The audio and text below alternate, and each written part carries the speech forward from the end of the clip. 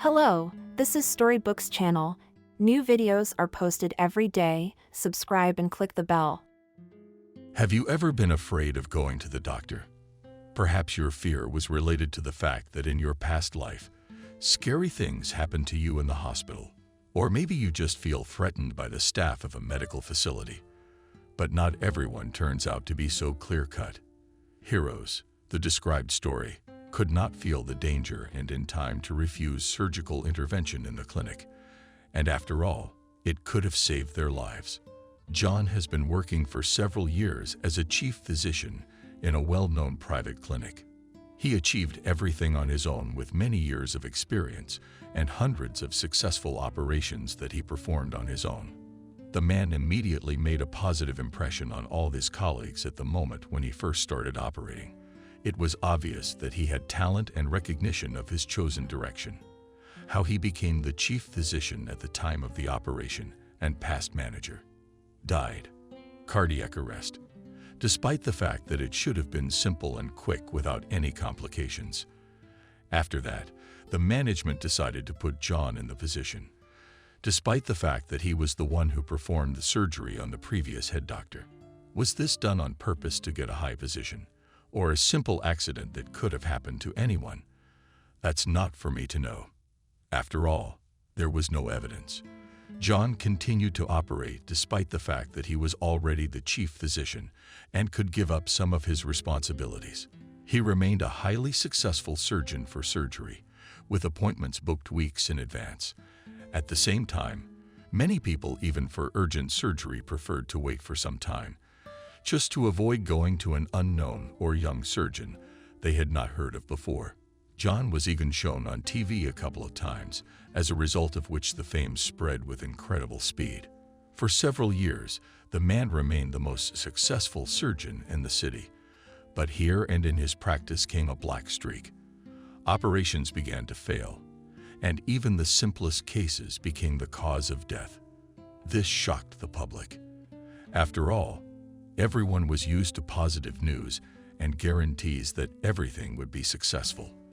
The doctor gave assurances on the success of the surgery exactly, but recently he did not do it, so as not to encourage patients in vain. This is what happened during the operation to remove a small qualitative mass, which was located near the food-reel tract. All relatives were sure that the medical intervention would be successful, and the next day they would already be able to see Christopher, to whom medical paid services were rendered. The patient was physically healthy and had no complaints about his health condition. He had no allergic reaction or intolerance to anything, and so on. But as a result, it was announced to the relatives that the man simply could not wake up after anesthesia, and now he is at the autopsy, so that it was possible to determine the exact cause of death and prescribe it in the conclusion. But how so? The doctor exclaimed the spouse of the deceased man after receiving not the most pleasant news. You said that the operation was simple, that it would be almost 100% successful, and that you could visit him tomorrow morning. Now you're talking about him not being able to wake up from surgery. How can that be? You're the best surgeon in your field. You've performed so many successful surgeries, and my husband couldn't have a successful operation.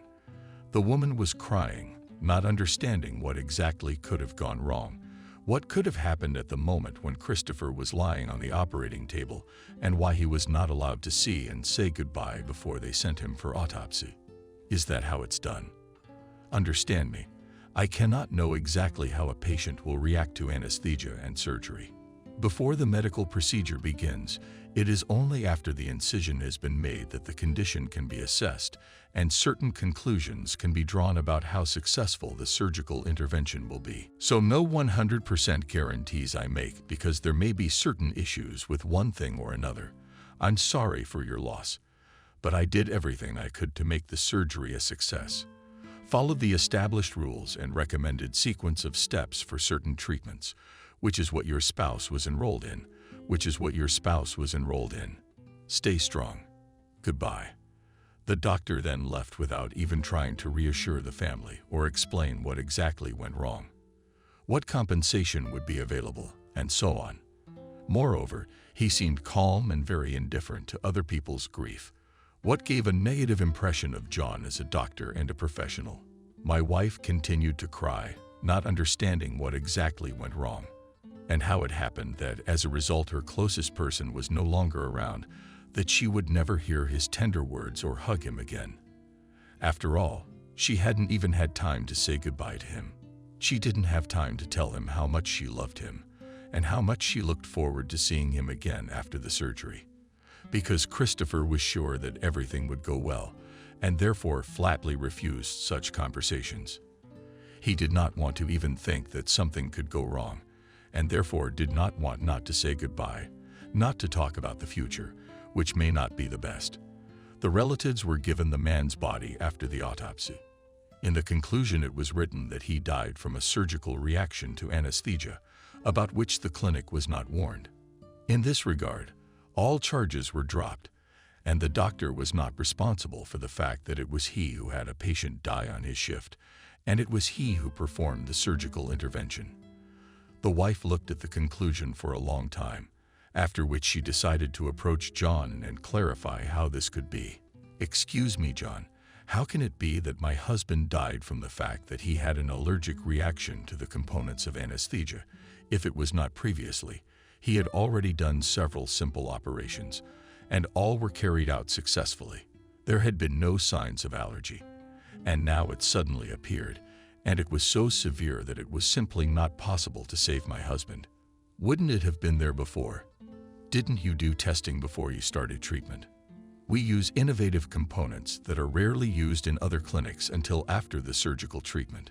Did we check with you if there is any allergic reaction or not? You assuredly said that you are not allergic to any medical products. You even signed a document proving that you agreed to the use of a certain medication. If there were doubts, you should have asked for a test administration of the drug, but now there is nothing you can do. You just have to accept that something has happened that no one could have foreseen. There's nothing that can be done. I understand, doctor, but you didn't mention the possibility of a test injection before the surgery. We didn't even know there was such a process, so we didn't ask. But you assured me that you have done surgery before, and you are well aware of what will be done and how it will be done, without even hearing about the peculiarities and nuances of it all. In addition, throughout the whole time you assured me that your husband has excellent health and there are no problems with the starting blood count. And after the incision, it turned out that his blood clotting was extremely poor, causing him to bleed profusely. This aggravated his general situation, as a consequence of which his health began to deteriorate rapidly. So we were unable to save him. Christopher, even though there were several medics in the office at the same time, and also in that document that I gave you to review and sign, it also said that you could get additional services to test the drug before it was administered. It was said that after the document was signed, the hospital would be relieved of all responsibility for complications caused by certain drugs that we were not notified about intolerance to. Look at the paper at home, and you will see that it is exactly as I am telling you. If you'll excuse me, I have other patients waiting for my consult. I completely understand. It's hard to get over a loss like that. It's even harder to believe it was your fault. It's a lot easier to try to blame the clinic for what happened. But believe me, we do everything we can to ensure that each of our patients can return home fully healthy and that the intervention is successful. It's just that we are not gods and can't know exactly what will happen during treatment, what complications may arise, and how they can be avoided. If we could do that, we would save everyone and anyone without exception. But alas. After that, the doctor went about his business. The wife of the dead man pondered for a few more minutes over all that she had just heard. She looked at the document she had signed with her own hand, which bore the signature of her late husband. They had indeed both confirmed about Christopher not having any allergic reactions and that they were refusing to be tested before the surgery. It turns out that simple inattention cost the life of her husband's loved one. But there was no choice anymore. She had to accept exactly what had happened, that there was no way to change what had already happened. It will be a lesson for life that every paper should be preliminarily studied before signing. 1,000 times to clarify all the points before lying down on the operating table, but how to go on living now. This situation was pretty standard for John. Failed surgeries are as much a part of medical practice as buying new equipment or having all surfaces treated before and after a medical intervention. John was often faced with disgruntled relatives, with numerous threats and various not the most pleasant statements about him, and therefore he reacted calmly enough and to a certain extent even coldly to everything that was said to him. He had long been considered a cynic. Therefore, it was quite difficult to make John emotional. Of course, he empathized with patients, but to let so many different emotions through himself on a regular basis is something impossible. So he had to learn to keep a low profile, coldly react to various incidents, and not get killed after every bad experience. So did almost all surgeons who had at least some experience of independent surgical interventions. For them, the most difficult thing is the first loss of a patient, which they extremely difficult to survive, and often decide to stop practicing after such a thing. But John was not one to give up on his own goals and desires after the first failure. And it was this trait that helped him to become an excellent practicing surgeon who had an excellent reputation and was confident in his own abilities and skills. He took on the most difficult cases, which often ended in the successful recovery of the patient. After a while, many people in the neighborhood began to notice that the once successful surgeon began to make simple mistakes in operations that cost patients their lives. Of course, in almost every situation there were certain arguments and excuses that completely removed all the responsibility of the hospital and transferred it directly to the patient or his relatives, the presence of hidden pathologies and the like. In general, there were so many moments, which, it would seem, should not have been mentioned, that the chief physician of the hospital got away with it every time. Of course, it can be said that all the happened misfortune is just really a case of unforeseen circumstances. But why then do such circumstances occur only on simple cases, when even the most inexperienced doctor can achieve the desired result? Simple unpreparedness of doctors to face an unexpected situation during surgical intervention. The absence of an extra pair of hands to eliminate the open bleeding due to the self-confidence of the chief physician, or just a carefully thought-out plan in which the main victims are those patients who come for a simple operation and are not very wealthy people. After all, they are the ones who turn out to be the easiest victims, and their relatives believe in everything that only the doctor will say in case of a bad experience. Believe what? It's not clear, but what is known is that once or twice a month in the practice of a brilliant doctor, who for many years has not made a single blunder, errors occur, as a result of which very healthy patients die. For a couple of years, such circumstances went largely unnoticed. The relatives of the deceased patients, although they felt badly about what happened, never started any investigations that could lead to any result. They simply clarified all the points with the doctor and constantly cried about their grief, after which they went home and went on with their lives, only without a loved one. But here in John's practice, there was a young patient who came to the reception and consultation completely alone. Stephen did not want to say anything about his relatives, as he did not want them to know about the surgical treatment. He came for a consultation, clarified the cost, and then disappeared for a while. For John, this was not surprising at all. After all, quite often patients could not afford full treatment, even though discounts were made for some categories of citizens. Simply, the services of the hospital were quite expensive against the background of other offers on the market, since it had an excellent reputation and used innovative equipment on a full scale, predominantly those who wanted to carry out complex treatment, which was scary to perform in other places due to the lack of equipment of the latest series. But there were also those who simply wanted treatment from a renowned doctor. Despite the fact that in recent years John regularly had failures in performing operations, he was still considered one of the most successful doctors in the city. The lines didn't get any shorter, and after the clinic gave news about the purchase of new equipment, the influx of potential patients became even greater. But what was wrong? The number of unsuccessful operations did not become less after that. In fact, they became even more frequent. Now, twice a month at least, John had to report that the patient had not woken up after treatment, that he had not survived the intervention, and would not be able to return home safely. At that point, John had already stopped thinking.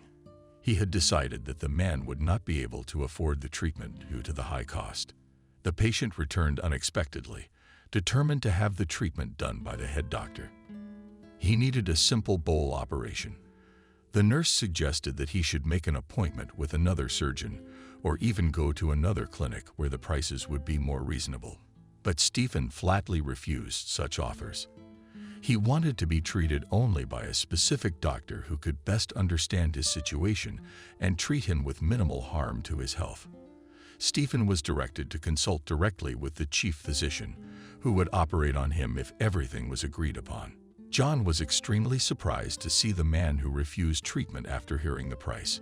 He said hello, and then rather arrogantly and even impudently asked, "Do you have the opportunity to pay the full cost of the operation? We don't make any discounts for your group of society, and we don't provide installments, so we can't help you in case you don't have a certain part of money or don't have it at all. I was sure we would never see each other again, but you managed to surprise me about that." Stephen looked carefully at the chief physician and then spoke without long conversations. "I will need to have the surgical treatment as soon as possible. I will have the full amount. I will be able to pay for your service without any problems. But before lying down for the operation, I would like to clarify all the points that are directly related to my treatment and recovery after the operation. How long will it take to recover, and how long before I can return to work? What are the things I should pay special attention to during my preparation? And what are the chances of any problems during the operation? I will be able to operate on you on a first-come, first-served basis at the reception desk. You will be given a leaflet with all the details you may need to know, and just before you start the operation. I will also tell you about what will be performed and how long it will take to recover, and so on, until I have a full list of tests. I cannot tell you any of these things, so you will have to wait a little longer to get the most complete information. You can take the tests in our clinic for a fee, or you can bring the finished results so that we can assess the risks and competently build a plan for the intervention. Ask the nurse to bring the price so you can look at it." "No, thank you. I'll take the tests at another clinic. I'll just bring you the results. After that, you can tell me what the risks will be."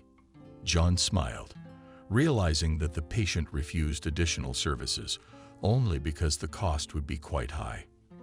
He was used to the fact that almost half of all his patients were in some financial need, and therefore tried to save as much as possible on everything they could.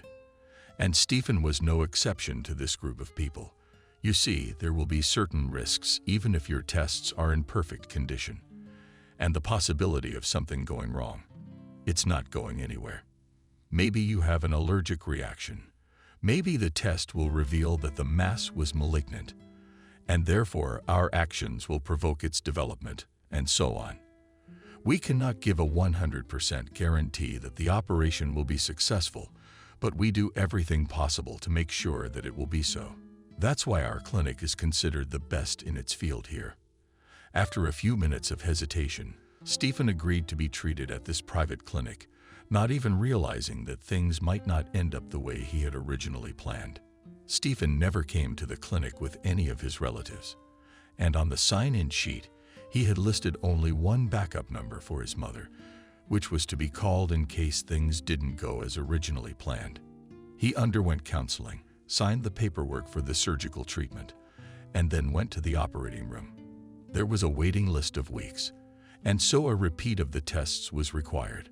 John insisted on taking all the tests at his clinic, as this would save time on the treatment and would not delay the operation for a few more days. Stephen agreed. After receiving successful tests, the operation began, which was supposed to last only an hour. But everything turned out to be not so simple. As a result, the operation lasted almost 3.5 hours, and during all this time the doctors were fighting for their patient's life.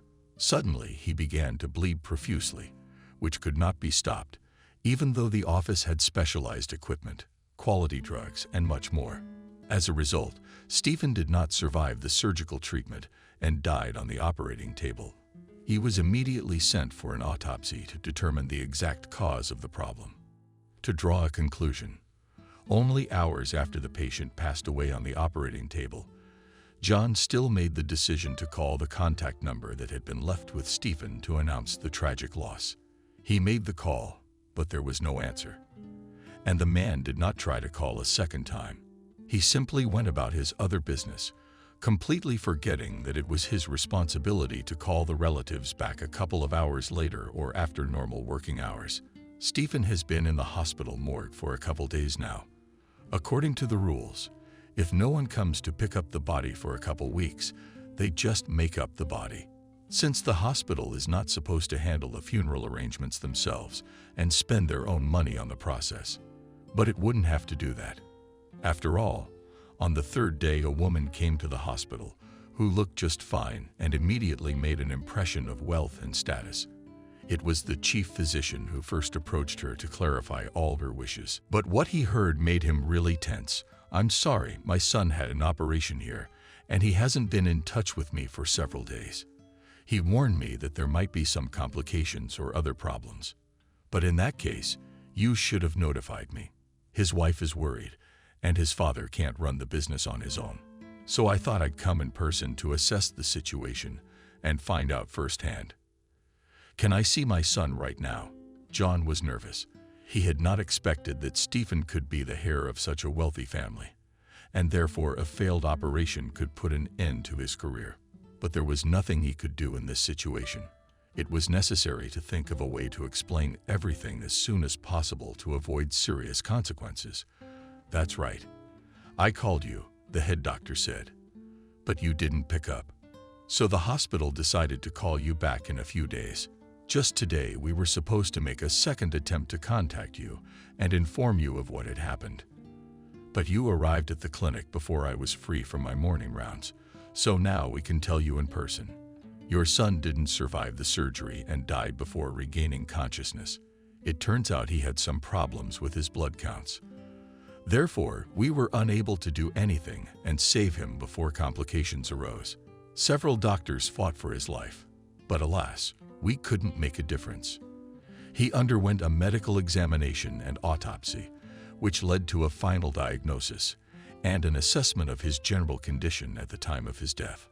I offer my condolences to you, but surgery is an unpredictable process."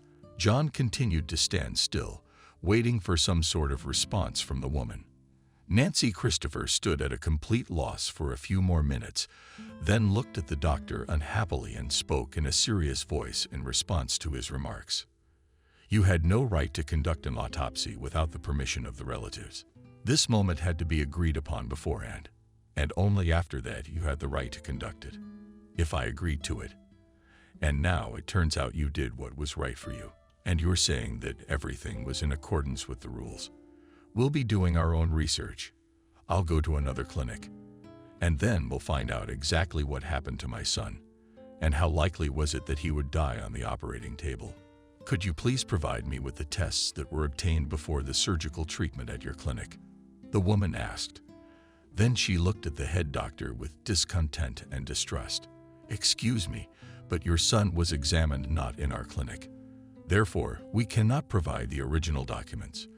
He decided to take the tests in some other place. Therefore, I can't tell you what actually happened. I warned him that it is recommended to have the tests done in the clinic where the surgical treatment is planned, but he did not listen to me. The equipment and features of laboratory tests may differ from each other, if in some cases the differences are insignificant.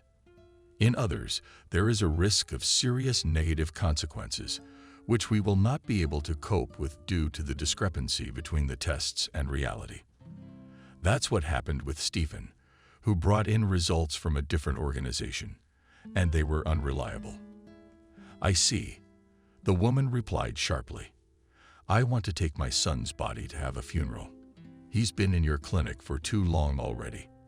And after that, we will deal with where exactly he took the tests and why it was decided to refuse the examination in your hospital." Although initially we discussed with him the fact that he will undergo additional examination, I ask you to make all the documents as soon as possible because I have too little time, and any delay may cause the loss of potential profits. Besides, we still need to inform all the other relatives that Stephen is no longer with us, so they won't be expecting him back. I didn't believe in anything. Yes, of course, all the paperwork and bodies will be ready within a few hours, and then you can pick them up. I would like to warn you that the bodies will be heavily refrigerated in the form of coating with a specialized solution that stops the decomposition processes for a while. We do this on purpose so that the deceased retains its original appearance for a very long period of time, so that the relatives can bury him and say goodbye to him in his usual form. John was about to head to his office to start preparing the paperwork, but at that moment he was called out by Nancy Christopher, who looked at her watch and spoke calmly. "I don't have that much time, and I'll turn things over to the funeral home. They will pick up Stephen on their own and carry out all the necessary processes. Keep that in mind. I'll leave you the number of the funeral home. Call me after all the paperwork and bodies have been prepared. They'll take everything." Stephen paid for this himself, so I don't owe you anything. Do you? So if you'll excuse me, I have to go to work now. After saying that, the woman walked out of the clinic and actually headed towards her car. She drove off.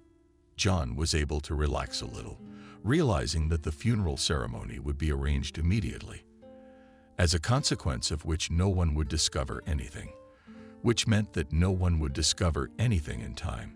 It is very likely that the relatives of the deceased man will not even conduct any investigations or research, given that even his own mother refused to take her son and put everything in the hands of professionals. Indeed, after all the preparations were completed, a specialized funeral service arrived and assessed the man's condition and took him away for all the follow-up. No questions were asked. Everything was carried out quickly and to the highest possible quality. The staff signed a statement of receipt of the body and then headed off in an unknown direction for the hospital. The next few days passed in tension and heavy waiting. Every call, John investigated as a potential threat, as the last call he would ever hear in his life. He was sure that all his machinations would be exposed, that he would go to jail for a long time and pay out simply unbelievable sums to everyone who had just been hurt by his knife. But nothing happened. So a week passed and a second week began, and at that moment, the man felt much calmer. He realized that his former patient had already been buried, that now no examination could be carried out, so he felt a little calmer. But now it was necessary to do everything possible to ward off all suspicion and restore the reputation that had suffered after the news of the death of an important patient on the surgeon's table. But if he had only known that Stephen would turn out to be a difficult man, who had no rich relatives or any connections, that he would be an important patient who had decided to trust him, he would have made sure to conduct everything so that the operation would be successful and end in the best possible way. But now nothing could be changed. It remains only to wait for the denouement and follow all the news that will only appear around the clinic and directly the chief doctor, who is a practicing surgeon. Of course, Nancy Christopher was not going to leave everything as it is. She was striving with all her might to get to the bottom of what exactly had happened and why a simple surgical intervention had caused a serious problem that had spilled over into the death of her only son. Yes, she did everything so that no news would appear, so that no one would know anything about the fact that she was digging under the head doctor of the hospital who had performed the operation. Otherwise, he could just start covering his tracks, and therefore there would be no way to find any evidence. During the first week, the woman did not take any action. She gave the doctor a chance to calm down and continue practicing so that she would have new evidence against him. And indeed, after only 10 days, John started practicing surgery again, but now he did everything as carefully as possible. He obtained maximum information about the relatives and financial situation of the person by all possible means, and only after that he started the surgical treatment to protect himself as much as possible from all possible problems. In addition, he reduced the number of unsuccessful operations to 1 per month to minimize the attention to himself and eliminate the risk of new problems that would be associated with his numerous manipulations, which he managed to carry out very successfully. Nancy Christopher was clearly following the doctor closely and at the same time continued to conduct her own investigation, during which she got some very interesting results. And it all started with going to the very hospital where her son preferred to have his tests done in order to get them in the least amount of time and with guaranteed high quality. She went to their family doctor, after which she told him about her son's death and the diagnosed cause of the health problem from the blood. "But there is no such thing," confidently replied the doctor at the private clinic in which the entire family of the deceased Stephen was registered. He was in perfect health. Therefore, the probability that he died for this reason is practically nil. In addition, appropriate examinations were conducted, during which the speed of light was assessed, and tests were taken, which showed that the platelet count was within the normal range. Such statements on your part seem to me to be just nonsense, which has nothing to do with reality. The doctor shrugged, then added, "If you want, I can find the results of the tests and examinations that your son underwent before going to the operation, so you can see for yourself that everything went more than normal, and therefore the possibility of serious problems was simply excluded. Now give me just a few minutes. I'm going to go through the archives." The family doctor left, and in a few minutes returned with the papers, in which all the points directly related to Stephen's state of health were written down. He held them out to Nancy. "Take a look for yourself. Stephen was in excellent health and had been able to survive the operation with flying colors. He had no problems with his blood clotting rate. He didn't experience any pathological abnormalities, and throughout the time treated at our clinic, I noted no significant negative changes in his well-being. He should have had a simple surgery that a surgeon could have performed. So I don't understand what exactly the problem is and how it could have ended up like this." The doctor shrugged, then with a serious expression on his face added, "Or maybe the problem lies in the doctor, and thus he is just trying to hide his own stupidity, a mistake that could not avoid, but in which he just does not want to confess. That's what I think too." The doctor responded to Nancy Christopher, "I just don't have any proof yet. That's why I'm trying to find out for myself what exactly happened so that I can go to court to investigate and set a final verdict. Otherwise, the hospital can simply justify the situation as a mere accident for which it bears no responsibility. I think it is worthwhile to collect as much documentation as possible first and only then go to the police." "Right," the doctor concluded. "Then take the documents. And if I know anything about John, who operated on your son, then I will call you to tell you everything." Nancy Christopher. She thanked the doctor and went home to familiarize herself with all the tests and compare them with the results that had been obtained at the postmortem and blood draws at the time of the operation at the clinic. It turned out that at the time of the surgical intervention, the blood tests had changed significantly, and for the worse. Platelets were really low, but other blood components were within normal limits. There was also a serious increase in blood pressure, which, as a result, affected the negative outcome of the treatment. But how could this happen if the tests were taken just a couple of weeks before the operation? Couldn't it have changed so much in such a short period of time? Stephen had not taken any medication, had not been ill or undergone any complicated treatment, so the possibility of such a serious problem was ruled out. But then what was the reason for the disappearance of platelets in the blood? Why the body of a young and healthy man did not continue its production at the time of surgical intervention?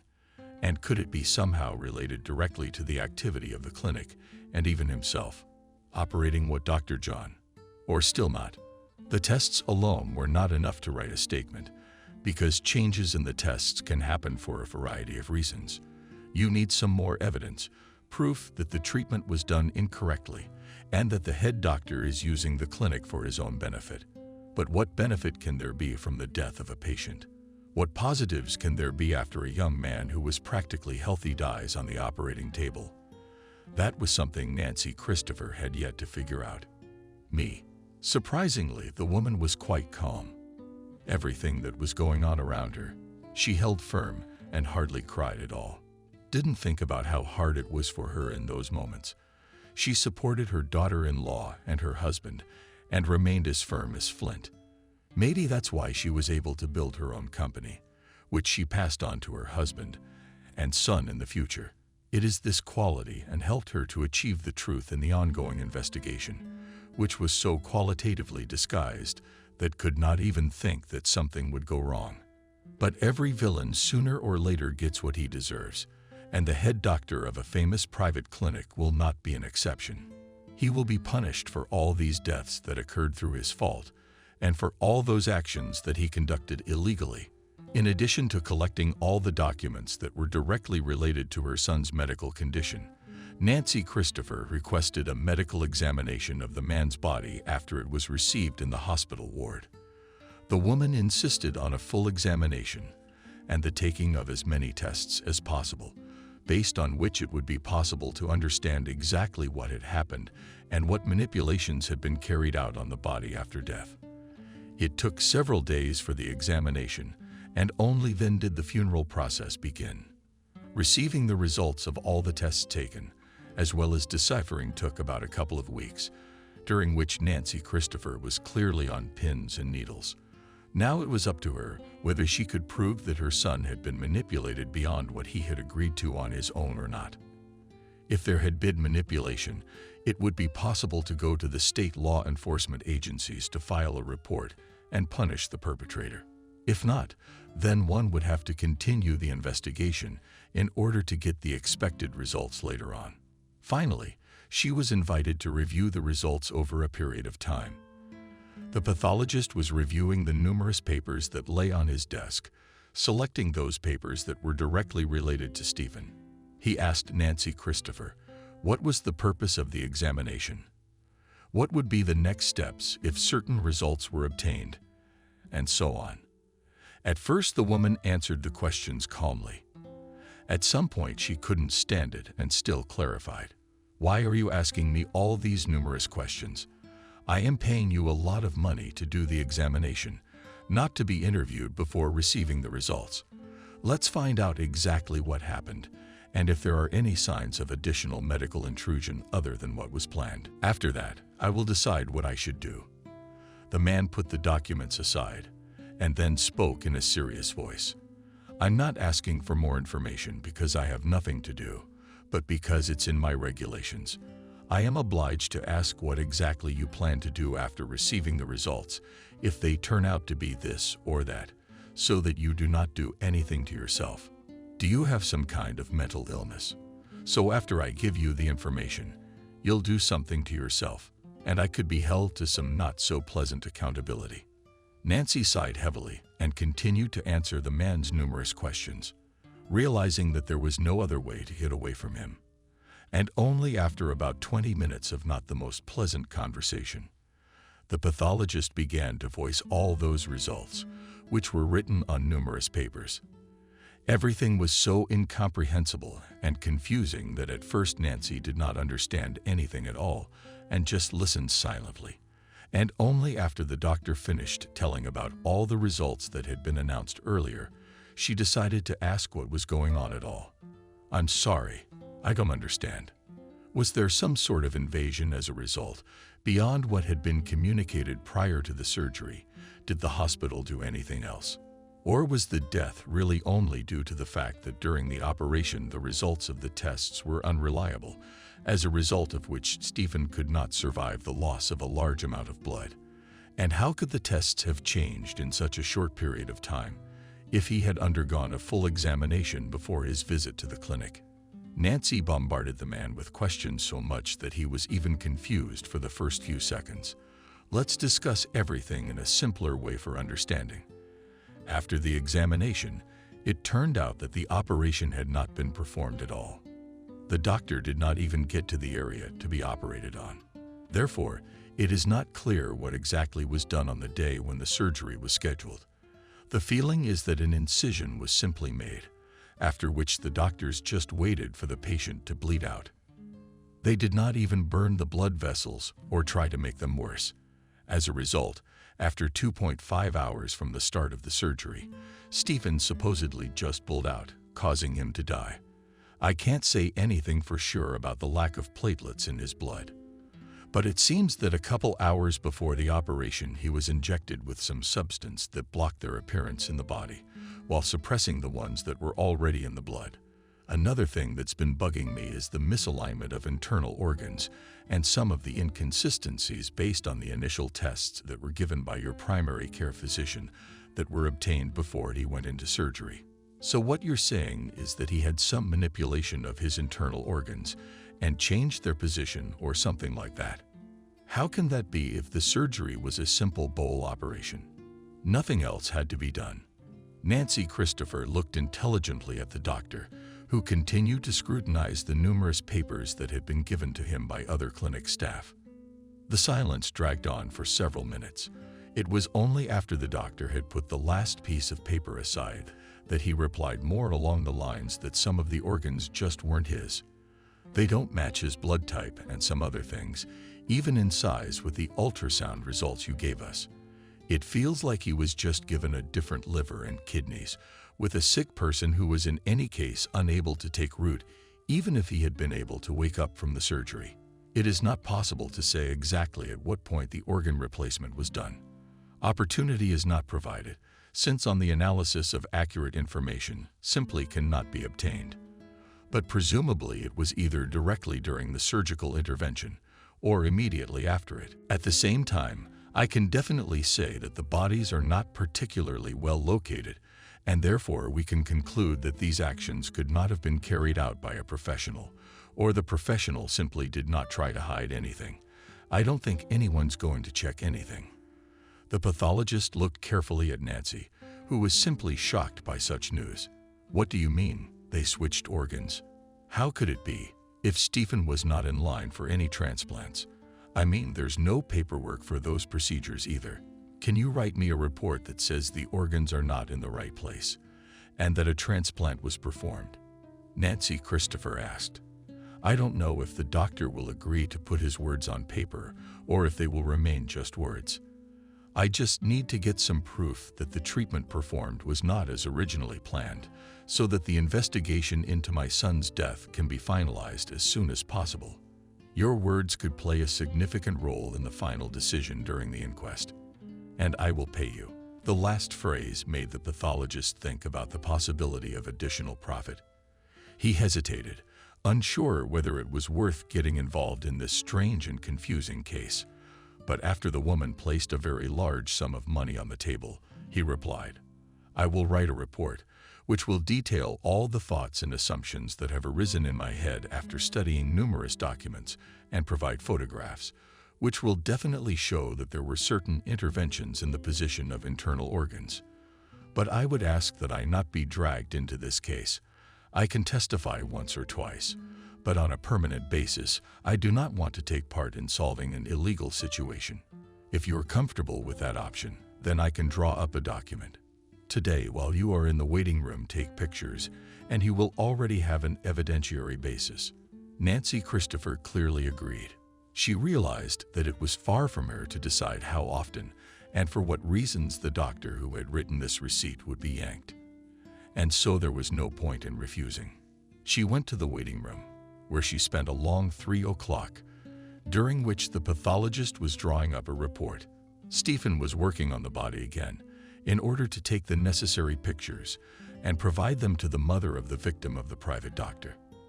As a result, the doctor did bring out the file. She went to the waiting room, where she spent a long 3 o'clock, during which the pathologist was drawing up a report. Stephen was again working on the body in order to take the necessary pictures and provide them to the mother of the victim who had suffered at the hands of the private doctor. As a result, the doctor still brought out a folder which contained everything that proved additional illegal interventions in the man's body. After that, without saying anything, he went back to his workplace, so that no one would suspect or realize what exactly he was handing over to Nancy. The woman already wanted to go to the prosecutor's office in order to write an application to start investigative actions. But at the last moment, she decided to look for something else on the doctor, so that he could not escape his punishment. As a result, it was decided to go to a private detective who could get all the information to which she has no access. And among a huge number of options, she turned to Liam, who was considered one of the best specialists in the direction of private investigations and could fully get information from almost every organization. The meeting was already scheduled for the evening of the same day, so there was no time to waste. Nancy had already wasted a huge amount of time in order to get an opinion from several clinics, and now she just couldn't wait a few more weeks to meet the detective. She offered him double the amount if he'd do the investigation as soon as possible. What makes you think that one of the most famous doctors in our city is capable of doing something like this? Would a man who cherishes his reputation and who tries to make himself and his clinic famous engage in illegal activities, knowing full well that this would be the reason for the termination of his illustrious career? Liam asked Nancy, who, with a serious face, had spent half an hour telling him about her problem and the many speculations that had arisen from it. After some silence, the woman simply handed the man a stack of documents. "Look at this," she said. "I got all this from various private clinics. There is everything from what my son had been sick for the last years to the conclusion of the doctor who, on my order, conducted repeated autopsies. I think you'll find it all makes sense if you read all the documents carefully. Personally, it became clear to me that the doctor is engaged in illegal activities and conducts additional interventions until the moment when they announce to the relatives about the death of the patient. In addition, there are photographs that accurately show incisions on internal organs." The private investigator carefully looked at the numerous documents and footage that was provided to him, after which he agreed to conduct the case. He promised this information in the minimum possible time, but did not guarantee that it would be as reliable as possible and have an evidentiary basis behind it. Nancy agreed. For the next few days, Liam sent her information in the evenings about what he had learned about the surgery. Some things were of particular interest to him and some concerns. He shared many speculations and talked about plans for the next day. On the whole, there was nothing of interest, but exactly until the moment when Liam collected and systematized all the information about John's patients. The conclusions turned out to be simply shocking. The detective invited the woman to meet in order to discuss those points that caused certain questions and misunderstandings for him. In addition, the man managed to find such information that would almost certainly put John, who, as it turned out, had been engaged in illegal activities for a very long period of time. The evidence was sufficient to put the man away and to cover up the operation of the entire clinic that covered up his many violations of the law. It was evident at the meeting that the detective was greatly disturbed by the information he had been able to obtain. In some ways, he was even nervous, despite the fact that he had previously taken on more bizarre and confusing cases. Most likely, John is in the business of selling organs on the black market. He almost certainly cut out some of your son's organs after you said you would be picking up the body, and after learning that you were from a fairly well-to-do family who had the ability to conduct further investigation into the death, he began to panic and put the organs back where they belonged. Of course, it was not possible to return the elements that had already been sold to him on the black market. Therefore, it was decided to simply transplant someone else's organs, hoping that this fact will not be revealed in any way. And here you can just applaud your pathologist, because it is difficult enough to notice such neat stitches. Yes, the organs were not exactly as they should be originally, but many doctors simply do not pay attention to this, because after death in the human body begins to occur irreversible processes that cannot be reversed. But the presence of sutures definitely indicates that there were surgical interventions, and by a professional, no matter what anyone says. But the pathologist said that the work was not particularly well done, and therefore it is immediately noticeable that the organs were burned. But perhaps it was obvious to him, because he had previously encountered such situations. But that person, even an experienced doctor, who had not seen exactly how organ replacement was performed before, would not have been able to say exactly what had been done in Stephen's body. You chose an excellent clinic for your examination. If you had gone to a different organization, chances are you would have been told nothing, or they would have said that your son really just died of blood loss, because that's what the signs look like. And the body was covered with a specialized solution, not so that your son would be preserved until some relatives showed up. It was so that no outward signs of an organ transplant could be seen. That is why the fact that everything was done for your benefit is so doubtful. It is almost certain that all actions were carried out only to conceal the illegal actions of the clinic staff and also to minimize all suspicions. But as you can see, still found that person who decided to get to the truth. And now the punishment cannot escape the clinic. But has no one ever wondered before about the reason why their loved one died during a simple operation? Surprised? Asked Nancy Christopher. Or haven't there been cases before where the simplest surgery ended up in the clinic in this way? That's the thing, it's not the first time. But no one has ever sought help before because people just haven't had the opportunity to do it. Predominantly lethal outcome was on those operations where there were people who were not particularly wealthy families and whose relatives simply could not afford such an investigation, as it required huge financial investments. That is why many still decided to simply mourn the deceased and bury him in accordance with all traditions. After that, just move on with their lives. I don't have to tell you what a huge financial outlay this whole investigation requires. Liam shrugged, then added, I just can't understand one thing. If all these actions were carried out exclusively with people from poor families, how come Stephen, who was a fairly well-to-do young man, was targeted? This moment does not connect at all with everything that is going on in my head. Also, I don't quite understand why you were not notified of your son's death immediately if your details were left at the hospital as contact information. I think it's because the hospital just didn't know who Stephen was. That's all. He took his father's name, and the company is still registered under my maiden name. That's why a lot of people didn't know anything about my son in this town. He never wrote about his job in the documents and never mentioned his rich parents, so no one in the hospital could even think that he could be a very wealthy young man. And certainly the doctor didn't think that after the death of the guy someone would deal with questions about his death and the investigation of the whole situation. Nancy Christopher said, and then confidently added, John just didn't expect such a development. That's why he did the same thing he did with ordinary people. And now he will get what he deserves. How many people have suffered at his hands? There's no such information anywhere. Well, if we believe all the information we managed to get during the investigation of the case, there were at least 30 people, only 3 of whom tried to find out something. But everything ended at the stage of writing a statement. No one investigated anything further because there was simply no evidence base, and it would have been necessary to pay for all the procedures on their own. And here again, everything rests on the question that people who suffered at the hands of the doctor simply had no money to do anything, and therefore they refused to make a statement, and the case ceased to be investigated. It's like that. That's terrible. Will there be any way to get more information about what kind of people were hurt, to find their relatives, so that it would be possible to write a full-fledged group statement? Because on the basis of it, all actions will be carried out much faster, and the punishment will be more severe. Right. Nancy looked hopefully at the detective, who was looking thoughtfully at his phone.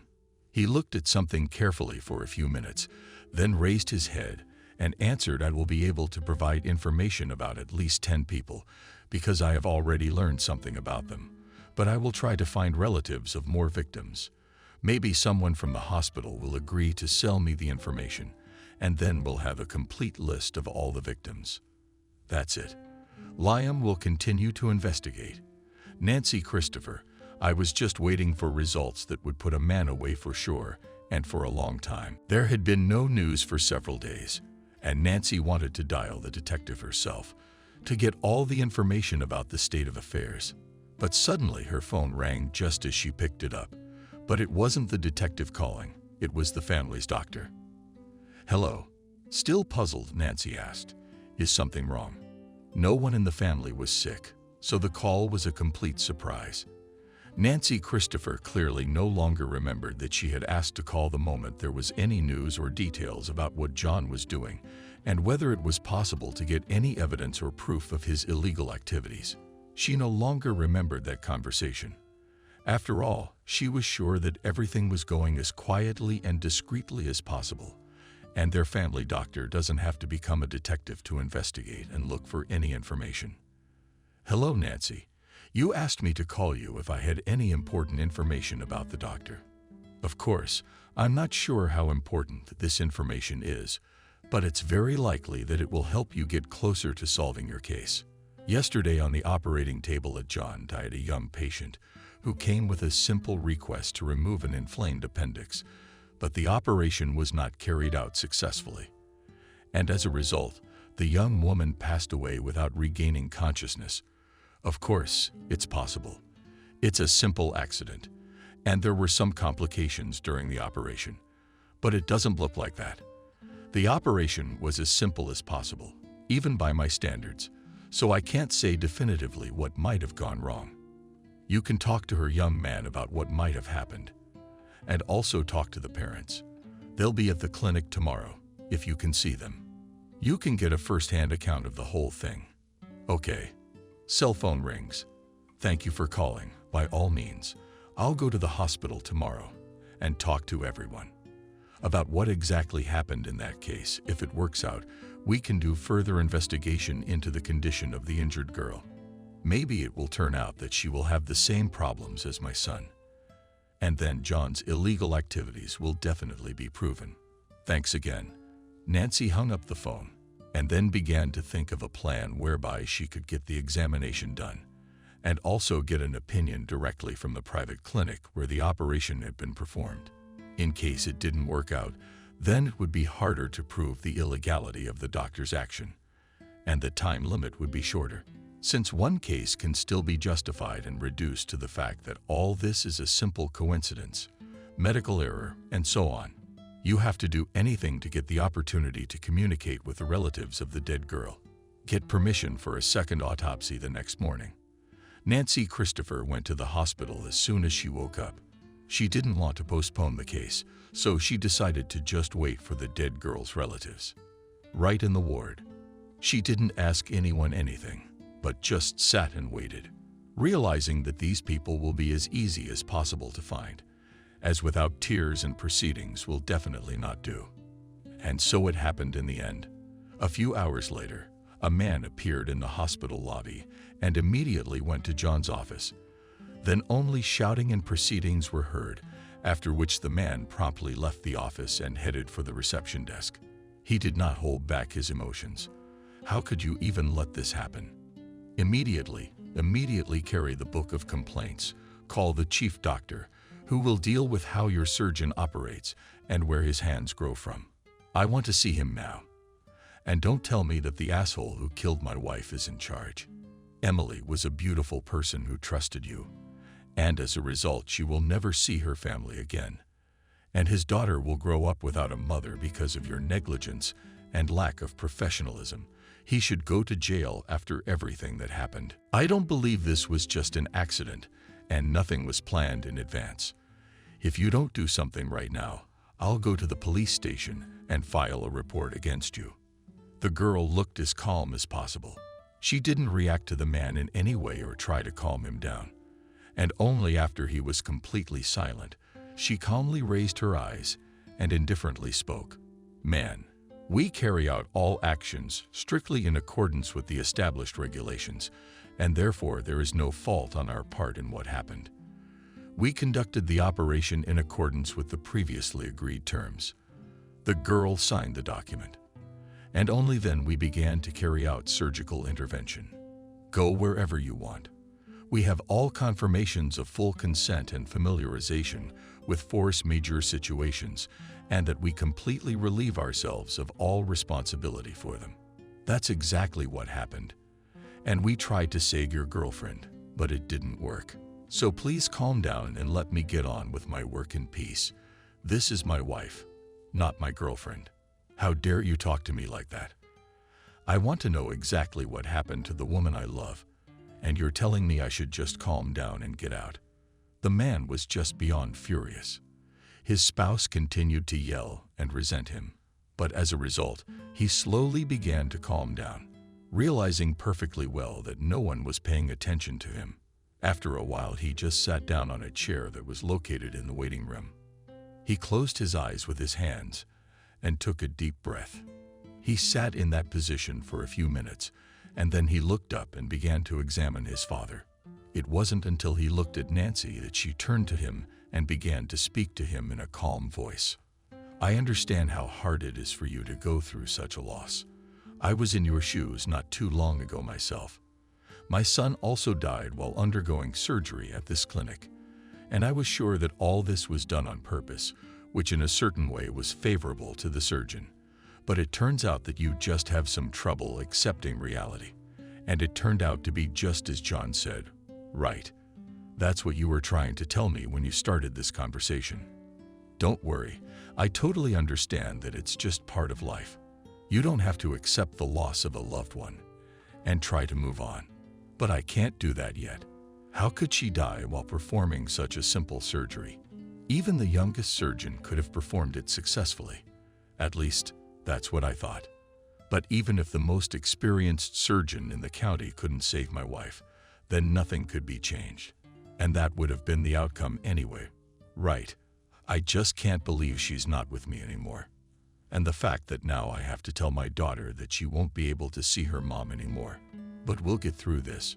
The most important thing is to get through today. It'll get easier from here. What happened to your son? Complications from the surgery too. Right? That's what they told me, anyway. But I knew he was in perfect health. So I requested all the documents and started investigating the case. And after a few weeks, it turned out that the death during the surgical treatment was pre-planned, that my son simply had no way to survive it, and therefore he just bled to death on the surgical table.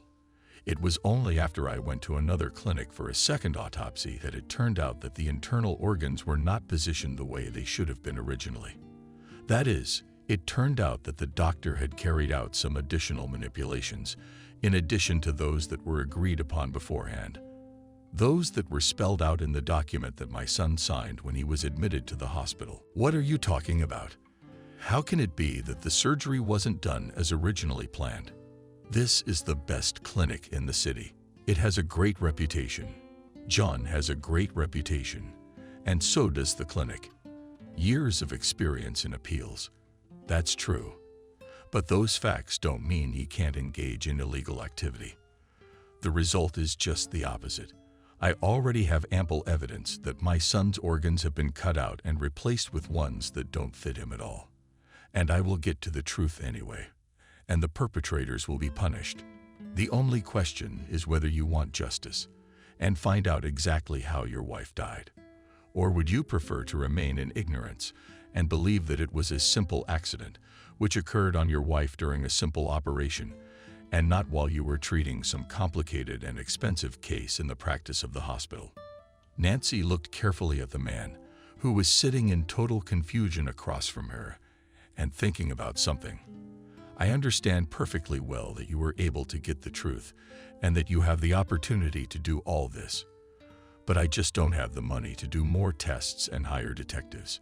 We can barely find the money for this operation, and therefore, I can't afford it. The man lowered his head, making it clear that he was extremely frustrated by the circumstances, feeling a certain helplessness and undisguised annoyance. He looked once more at Nancy, who had continued to glare at him all this time. But I didn't tell you that you'd have to spend a huge amount of money. I just asked you if you wanted to get to the truth. And you started talking about money and your financial well-being, which I'm not interested in at all. So do you want to know what really happened to Emily? Or would you rather just bury her and forget about what happened? Just move on with your life and find a new wife. What are you talking about? The man was indignant. Then he looked at Nancy carefully and added, of course, I want to know what happened to my wife. And of course, I want to get to the truth in the matter that has to do with her. But what is required of me? If it's not money, I just don't understand what I need to do. I'd have to do some paperwork or just authorize you to take my wife's body. That's correct. You just have to give me your wife's body so I can give it to my doctor. This is a follow-up autopsy. Then we'll be able to understand exactly what happened to the girl and why she died. And you will also need to take the documents from the hospital, on the basis of which it will be possible to get information about what happened, what tests were at the critical moment, and so on. The man agreed to everything, but only on the condition that his spouse would be given to him in a befitting manner. Nancy promised that the autopsy would be carried out as carefully and qualitatively as possible, and no bright traces would remain on the surface. The man took all the documents and handed them over to Nancy Christopher. And then it was up to her. She contacted the same pathologist who had examined her son and asked him to do the same, and especially to check the correctness of the location of the internal organs. And she was not at all mistaken in her guesses. The girl was found to have the same points as her deceased son. Except that no one had installed other organs, she was simply left without them, and it was simply impossible not to notice it. The pathologist sent the photos to Nancy, after which he drew up exactly the same document as before. The body was returned to the husband, and the woman now had proof of the massive operation to remove the internal organs, which could be confirmed by photographs and available reports. In fact, there was nothing to indicate that there were any problems with the internal organs from the external signs, because in the private clinic all the bodies were covered with a specialized solution that kept the body in perfect condition, and even a few days after the transplant was performed. Outwardly, the body remained the same as a normal person who had died of the simplest natural causes. At Nancy's request, Emily was swabbed at the hospital to see exactly what the body was covered in, to understand how it could remain in perfect condition for such a long period of time. The results have been in preparation for quite some time. Nancy Christopher got a list of all the victims in the hospital that she could find out anything about from what the hospital and staff knew about. There were over 20 of them, and all of them had the addresses and contact numbers of relatives listed at the hospital. This should have been enough to contact all of them and try to make a collective statement. It did. Nancy Christopher, Anna, immediately after receiving the list, started contacting all the relatives and asking them to draw up a paper detailing all the points relevant to what exactly had happened to their loved one. Some refused, but most still agreed to the woman's request. A few days later, Nancy Christopher again collected almost 20 different statements, in which were spelled out all the moments that confused relatives and became the cause of certain misunderstandings. Many of them even attached documents and statements from the hospital, on the basis of which it could be understood that the situations of accident and loss of a large amount of blood were very similar to each other.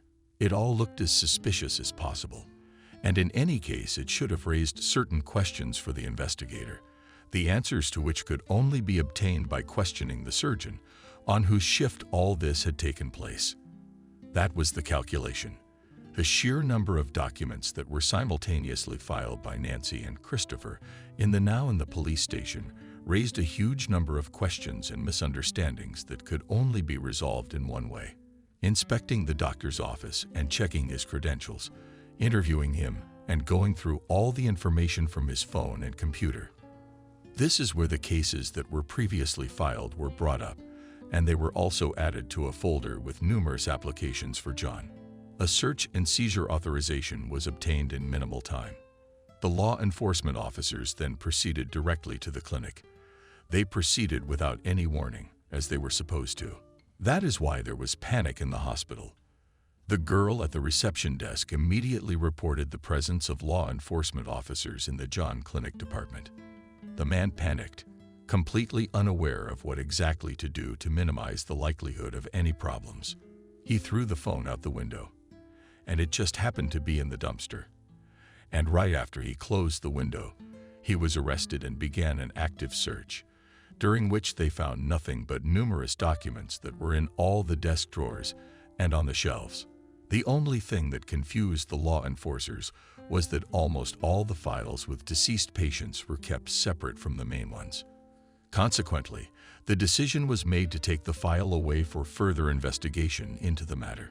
John resisted and refused to go to the ward, citing that he had professional commitments, that all the available charges had no direct bearing on him, but all the resistance had no effect. The man was taken away anyway, after which they went to the police station to interrogate him and leave him until the relationship was clarified. Perhaps the whole situation would have taken on less serious circumstances, but suddenly a vagrant appeared at the police station who approached the investigator and held out the very phone that John had thrown away the moment he was informed of the presence of police at the clinic. After seeing the phone, the head doctor of the hospital realized that there was no point in continuing to resist and trying to justify himself. After all, he realized that all the information was about to come from his gadget. He just sat silently on the bench and was completely silent. "Excuse me, but what kind of phone didn't they bring you?" asked the investigator. "To twirl it in my hands.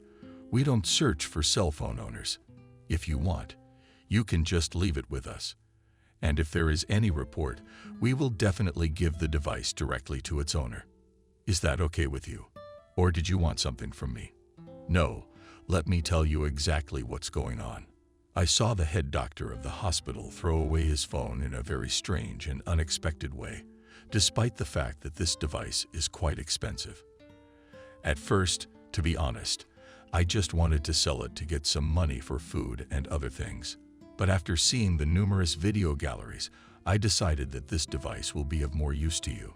There you will find something that will help you understand who the attending physician really is and what he does to his patients." He glanced at the phone, then said goodbye and simply walked away. The man did not leave any information about himself and did not ask for anything. The investigator went to his office and started going through the many files that were on the mobile device. And with each new file that was opened, more and more horrible facts became clear about who the man was who had been conducting numerous transactions for a long period of time and taking huge amounts of money for them. What was on the video? In the first footage, there were some sort of medications that, as the doctor himself said, when examined, helped lower platelet counts to such low levels that in some patients they didn't even track in blood tests. In the video, John was addressing some friend of his who was advised to use this particular remedy in order to simulate death during surgeries from blood loss. Everything was described so colorfully and in such detail that even the investigator, who in his life has seen a huge number of horrors, twitched, each time opening new footage. And if the first videos were just detailed descriptions, the later ones already had John's dead patients. In the videos, the man showed the quality of the organs and talked about the cost of certain elements. After that, he gave a number for pre-order and told about the conditions of delivery. There were a huge number of such videos, and therefore it was immediately clear that all the information that Nancy Christopher was telling about turned out to be true. She did not lie, did not support any documents and photos. She really believed in all the things she was talking about, and was certain that her son's organs had been cut out. And here she is a video of Stephen talking about his organs and what is planned to be excised and sold in the near future. It was also clarified that there is limited time to book the organs as the surgery took place a few hours ago, and therefore the transplant needs to be done in the minimum time to eliminate the risk of organ rejection. All these clips were direct evidence of the man's guilt and black surgery, which apparently had a huge customer base, and there were those who bought organs on a regular basis, knowing full well that they belonged to people who did not consent to the removal and sale. The investigator spent several hours commenting on everything he had seen in the videos. He then created a copy of all the files from the mobile device and put them in his personal files. He spent another few hours organizing the entire stack of statements that brought Nancy Christopher obviously from people who had suffered at the hands of the surgeon. It was only after that that he came out to John to speak to him. The man sat completely, calmly, saying nothing and asking for nothing. "But that you will write a sincere confession?" asked the investigator. "Of course, I don't believe it will help you in any way, but in such a case, maybe at least partially your conscience will be cleared of all that you have done in the meantime. Besides, this kind of thing would go a lot faster. I wouldn't want to drag this out for months. Oh, and I'm sure you don't want to see all those many people, relatives you killed so brutally for your own gain." John sat completely silent for a few minutes, obviously pondering the investigator's suggestion. After which he spoke in a whisper. "Listen, maybe we can make some kind of arrangement. I have a huge amount of money. I can fulfill any of your wishes, and you just let me out. I guarantee you there won't be any more situations like this with operations. I'll be done with this whole thing if I get out. I'll give you any car you want. We'll go to the dealership right now. You can have any car you want, and I won't ask you anything more for it. Or not. You want an apartment. Everybody wants an apartment. You'll have one in the center of the city with a great renovation, and they'll give you money to buy what your apartment lacks. Anything you want, you can have, but don't put me in jail. I'm a successful surgeon. What happens to my reputation and my clinic after I get out? I won't be able to operate and save lives anymore. Imagine how many people need me. How many of them have an appointment with me? But you can't imagine the next few months. They can't go on living without surgery at the clinic. You want me to tell you how you're gonna keep operating, right? I'm not, because it's highly unlikely you'll leave the prison alive. You'll probably get a life sentence that you can't get out of, so you'll have to enjoy yourself behind bars. And as for your hospital, it's not gonna be a good one. If it turns out any of the staff were covering up for you, they'll be sitting right next to you. And I'm sure most of them did. I mean, you threw your phone away before you saw us. As a result, the clinic will simply close because it won't be able to withstand the huge amount of scrutiny and negative reputation. It won't be able to recover either. So don't worry. You're not the only one who will be punished for everything you've done. And about that suggestion about granting my wish, it's a very interesting option. I've already thought of it. Anything you say, I'll do it. I just want to avoid a future like you're describing. I don't want to spend the rest of my life enjoying a prison vacation. That's not really an option for me. I'll do anything. What do you want?" John had some hope in his eyes that he might actually be released now. How many things nowadays can be solved with money without much trouble to get a huge number of opportunities and even get out of jail before even getting into it? But suddenly he heard a completely different answer than he had hoped for. "I want you to sit for a long time and in a high-security cell so that you will no longer walk the streets of this city and conduct any operations. But what will it take to fulfill such a wish? Or how? And exactly I will be able to realize my wish completely, independently, without your direct participation in this matter. That's exactly what I will do. There's no way you can escape liability and attempted bribery. I'll also put it in the application so that the court will consider all the points. By the way, there was a camera here. So there's no way you can justify anything. So start getting used to the fact that soon you will go on indefinite and free vacation, in which you will spend many years of your life. Is there really no way to negotiate with you?" John exclaimed, approaching the bars. "Everybody needs money in this life, and I'm sure you don't earn enough to need anything.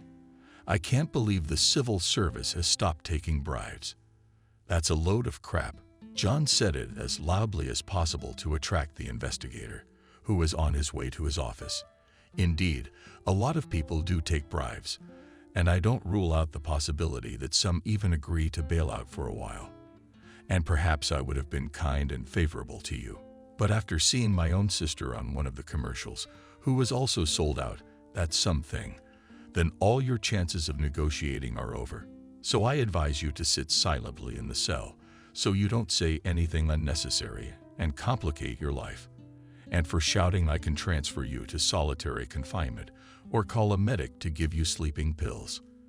After these words, John was completely silent, sat down on the bench, and simply waited for the final verdict, which would allow him to know exactly what would happen to him in the near future. The investigator allowed those relatives to come to the ward who wanted to look into the eyes of the surgeon who deliberately killed their loved one, to talk to him, to ask why, and for what exactly their loved one was killed. The head doctor of the hospital preferred not to react to the visitors and not to react to everything they said. It was much easier for him to keep silent than to enter into a conversation and start arguing, proving something and clarifying some points with relatives of dead patients. He understood perfectly well that he would not be able to justify himself or get away with it. Therefore, the easiest way to end the conversation and proceedings as soon as possible, it is simply not to react to them. A few days later, the long-awaited trial took place, where all the points that were directly related to the case of John were considered. He was sentenced to life in prison, with no right of appeal, despite the fact that his family had hired an excellent lawyer. He had no impact on the case and failed to provide improved accommodations for the man. This was not at all surprising given how many illegal and wrongful things he had done in recent years. After John was jailed, numerous inspections of the clinic began, the main task of which was to find accomplices to the crime who would also be charged. Many employees were found who covered up the criminal activities and even received a certain percentage for the organs sold. But some employees of the clinic really did not know that within its walls black surgery was being performed, which has successfully flourished in recent years.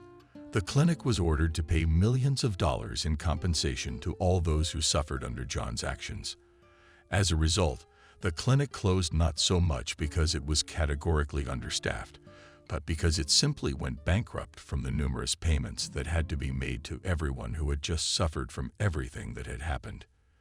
The clinic closed down, but not the most pleasant gossip and news about her went on for many more long years. People became wary of new private clinics and were careful to choose new doctors, so as not to get into the situation that happened earlier with John Grigorievich. Nancy Christopher got justice and was able to reach the logical denouement of everything that happened. She was able to get to the bottom of it and get financial compensation. And if she didn't need it, the other victims needed the money. That's how it happens in life, that public heroes turn out to be the most terrible people who behind the backs of the public lead such a dark life that it's scary to even imagine. Well, good always triumphs over evil. And so John received a well-deserved punishment, which he will now serve for the rest of his life.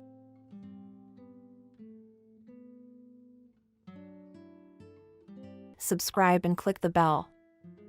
Why are you getting so hot and bothered so early? Your Ethan won't get away from you. Aren't you afraid he'll turn to her? He'll find out sooner or later. Do you think Kathy will stay with you? I doubt it. We'd both be fools. What am I supposed to do then? Drown myself? Why should I live without him? Wait, drown yourself. Daniel thought for a moment. There must be a way out. There is. Olivia lowered her voice to a whisper, looking around. And you'll go all the way out? What do you want in return? Olivia wiped away her tears. Nothing. If this case works out, we both win.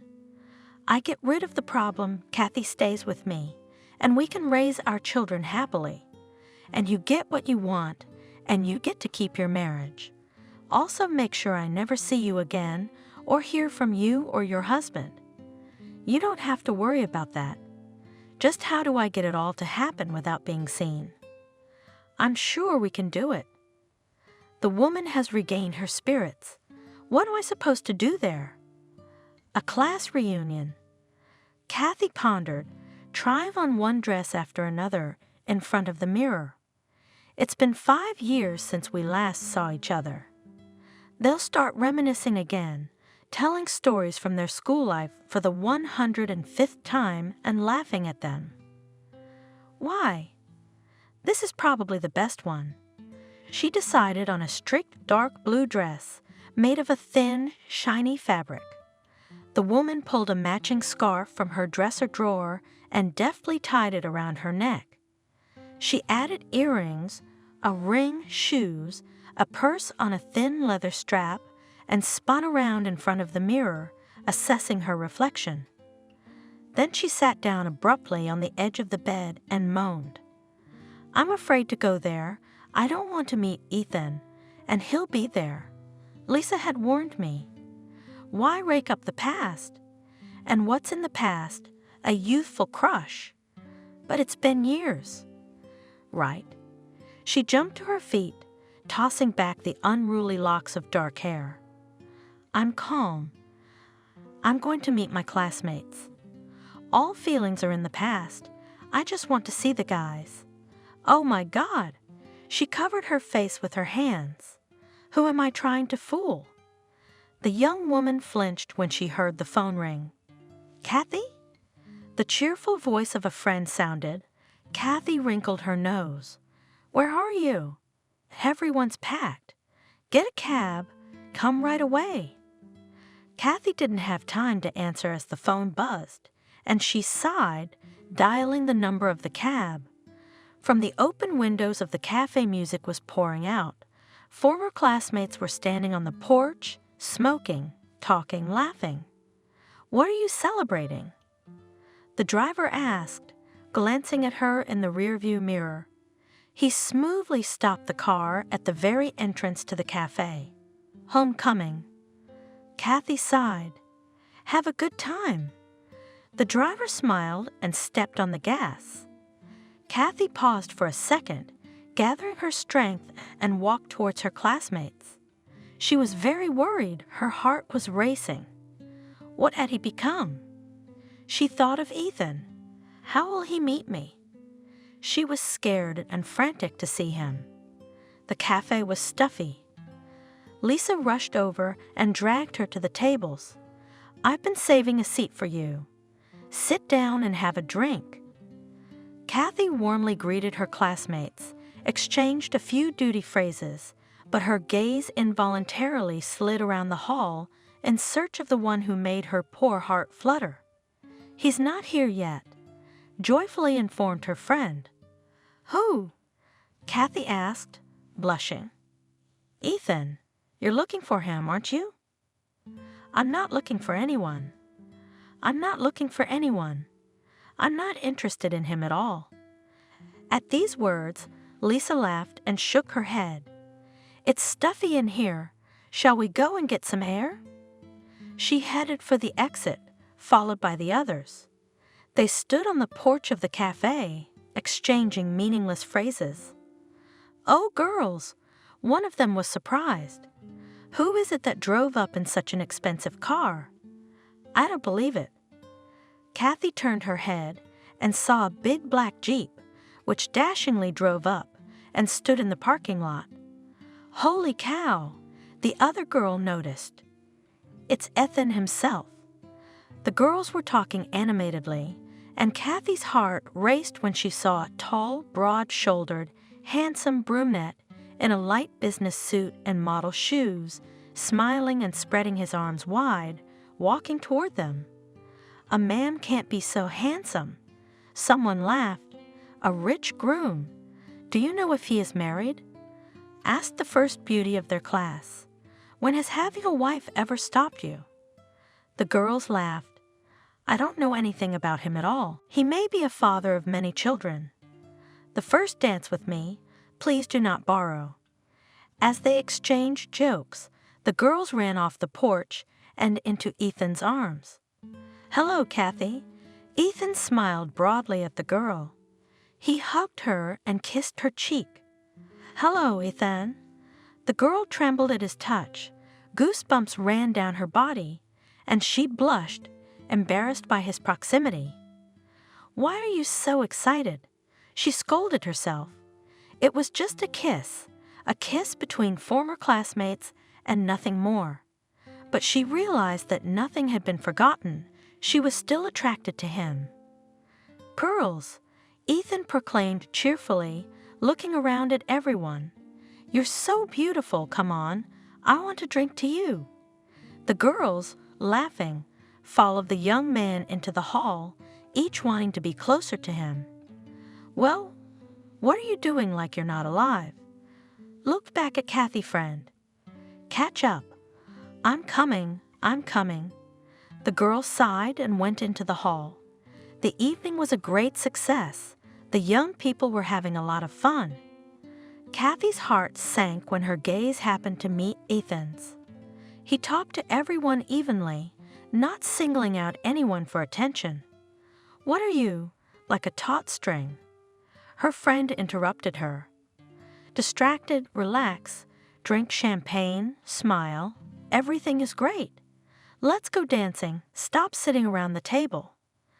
Lisa dragged Kathy into the circle as light music began to play. Kathy made an effort to put on a smile, and Ethan was right there. "Kathy, I don't recognize you." He shouted in her ear, the loud music making it hard to talk. "You're even more beautiful now. I've been thinking about you." He pressed his lips to her cheek for a moment. Kathy was silent, her heart ready to jump out of her chest at the light touch, the skid on her cheek burning. She felt a silly smile spread across her face against her will, but she couldn't help it. She wanted to be with him like this all night, dancing in the darkened room. A slow tune began to play. "Would you like to dance with me?" Taking her hand, Ethan asked. "No," Kathy breathed out, her legs shaking as she felt his hands on her waist. She felt his hands on her waist and winced when he leaned over and kissed her cheek or temple, or pressed her against him, or leaned away from her and stared at her in admiration.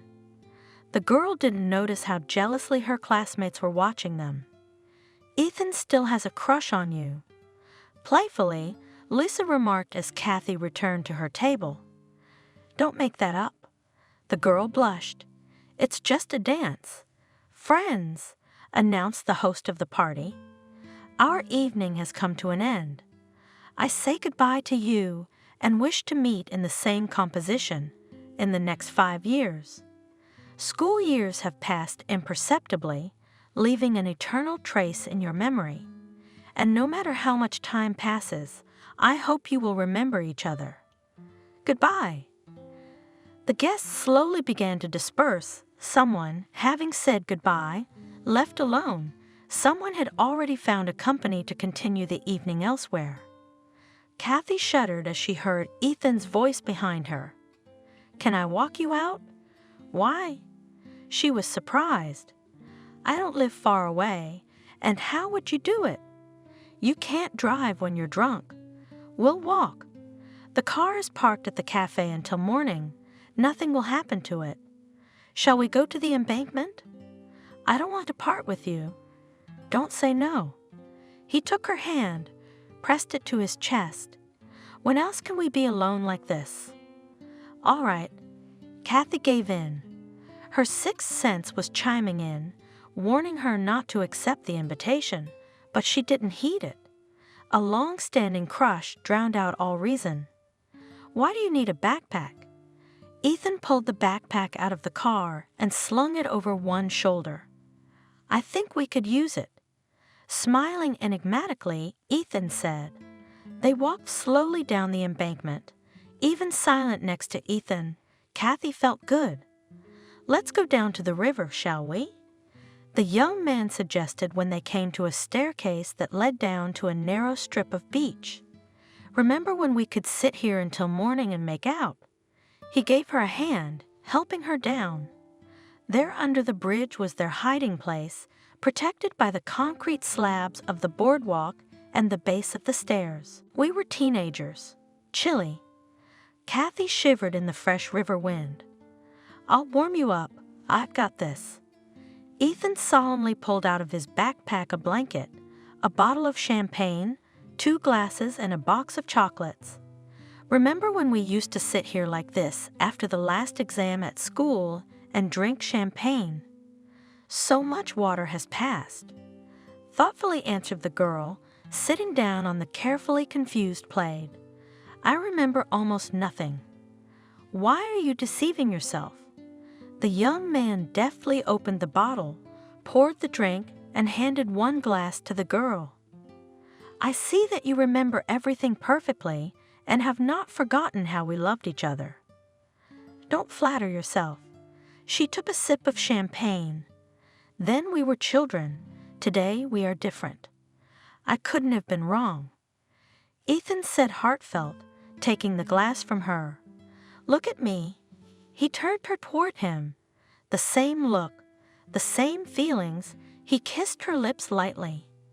I realized today that I missed you, our conversations in front of the moon. He kissed her again, making her lose the remnants of her mind. You said it right. We are different. You are a woman. I am a man. We are attracted to each other. Why can't we give you pleasure? Ethan put his arms around her, laid her down on the plaid, and began to cover her face with hot kisses. Kathy hardly remembered how she had found herself unclothed in front of him, embarrassed by the intense, greedy gaze. I want you. He looked at her questioningly, as if asking permission. Yes, with one lip, the girl answered.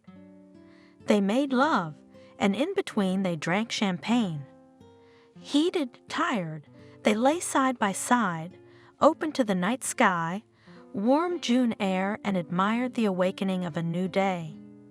I'm ready to spend my whole life with this man. Kathy dreamed, snuggled against Ethan's warm side. We'll have a big house and 3 wonderful children. He's so handsome. The girl rolled over onto her stomach and looked at the man affectionately. I love you. I still love you. You are the only man in my life. I am grateful to you for that. I didn't expect it, honestly. I thought you got married a long time ago. I've been faithful to you. I didn't meet someone who could help me forget about us, but things will be different now. That class reunion turned my life upside down. I realized I didn't need anyone else. I wish I could take it back, but I won't let you go anywhere else. You're mine. She pressed passionately against the man's naked body. Listen, Kathy. Releasing himself from her embrace, Ethan sat up. There's something I need to tell you. Tell me. The girl closed her eyes dreamily. I'm ready to listen to your voice from morning till night. Forgive me. I realize I've treated you like an asshole, but I'm married, and I'm about to have a child. A satisfied smile slowly slid off the girl's face. She didn't immediately realize what he had said. Married how? Well, married. I've been happily married for 5 years. I respect you very much and am grateful for tonight, but there will be no affair between us. Then why are you here? It's my fault, I admit it. Everything that happened between us is a mistake. I couldn't resist the temptation, the wine, the night, the beautiful woman, the memories of my youth. Anyone would, but that's it. Walk me home, asked Kathy, hurriedly getting dressed. She was disgusted with herself. Did you take offense? Ethan stood up, starting to get dressed as well. We're adults. We had a good time. Admit it, you had a good time with me. But it was a mistake. Muffled, Kathy replied. Her heart was torn apart. In 1 minute, all her dreams had been shattered. She berated herself, cursed her gullibility, and wanted to get home so she could get under the shower, washed herself off his kisses, his touch. At home, standing under the hot water, she cried. She had never felt so bad. Kathy went to bed and couldn't sleep for a long time. How could he have done that to her? Daughter? Kathy heard. Come to dinner. I've cooked some fish, just the way you like it. You should eat well. You've been so pale lately. Kathy went into the kitchen, inhaled the smell of fried fish with pleasure, and suddenly clamped her hands over her mouth, only just managed to run to the toilet before she threw up. Then she stood in the bathroom for a long time, leaning over the sink, trying to cope with the spasms that came to her throat. Her hands, her legs were shaking, and her already pale face was waxy. Kathy, are you pregnant? Looking suspiciously at her daughter, Wendy asked. Yes, Mom. Hiding her eyes, the young woman admitted. That's good. Rejoiced the mother. Have you told Daniel yet? What's Daniel got to do with it? Kathy asked tiredly. It's not his baby. How could it be? Wendy stared at her in bewilderment. Who is it from? Really? It suddenly hit her. Did Ethan knock you up? You shameless girl. Did it all work out at your high school reunion? You cheated on a guy like that. Are you going to chase after Ethan like a dog again? Didn't he get on your nerves enough in high school? Even so, I love him and I don't want your Daniel. And he's ready to marry you. No, he's married. His wife's expecting a baby. I won't break up a family. I don't have the right to do that. And you keep quiet. Does he have the right to break up your life? Who'd want you with a baby? Have you thought about it? What will people say? You're stupid. You're in your third decade, and you're still smart. Calm down, Mom. Kathy wrinkled her nose. I'll pick up the baby myself. Kathy. Wendy sat down beside her daughter and took her hand in her own. And you marry Daniel. Say it's his baby. It's not due yet. No one will know but us. Don't make it up. The woman snatched her hand out of her mother's grasp. I'm not going to start my family life with deceit. Daniel is not a fool. He will suspect a lie, because we have not been intimate. No. Mother spoke with determination. I won't leave it like this. He must answer for everything. Mom, don't you try to calm down. Your mom, unfortunately, cannot help. The blood clot has broken off, and this is instant death. We got there, but it was too late. Is that how it happens? In despair, looking at the nurse, asked Kathy, swallowing tears. She'd just been talking, laughing. It happens. I can call someone to come and support you. You shouldn't be alone right now. Yeah, I'll make the call. With unresponsive fingers, she dialed Daniel's number. He arrived almost immediately. What happened? The man stepped aside to let the strangers who were carrying Wendy's body out of the driveway. Yes, the woman was dead. One of them answered, Daniel. Kathy rushed towards him. Mommy's gone. She snuggled into his shoulder and sobbed. Will you stay with her? Asked the doctor. Yes, Daniel answered, hugging the inconsolable Kathy. We gave her a sedative. She should sleep and come back tomorrow to do the paperwork. Later, Kathy could hardly recall the events of the following days. Daniel had taken care of all the troubles. He supported the young woman, was always by her side, organized the funeral and the wake. Kathy did not understand what was happening. She felt in a kind of prostration. On the day of the funeral, when everything was over, the young people were left alone in an empty apartment. Daniel, thank you. The woman looked at him gratefully. If it hadn't been for you, I don't know how I would have coped. It all came at once. Do you want me to stay with you? Yeah, I can't be here alone. I know I have to get used to it, but I can't yet. It's so empty without my mom. Tears came to her eyes, and she looked at the picture of Windus with the black stripe on the frame, but Daniel pulled her to him, hugged her. Don't cry. I'm with you. I'm here for you. They stayed like that all night, hugging each other, falling asleep and unnoticed. Let's go for a walk? Daniel suggested at breakfast. You need a little distraction. I don't want to. Picking at her plate with her fork, Kathy replied, I don't want to see anyone right now. The man looked at her affectionately. That's what happens when people leave. We're all guests on this earth. We all have to go sometime. Wendy's gone, but we're still alive. Who's going to feel better if you sit alone all day? Do you want to get sick? Mom wouldn't praise you for that. Come on, pull yourself together. You don't understand. Kathy said in despair. We'd had a fight with her. I yelled at her, and then she got sick. It's my fault she's dead. Our quarrel triggered the seizure. Don't talk nonsense. Daniel frowned. You read the report? The clot broke off.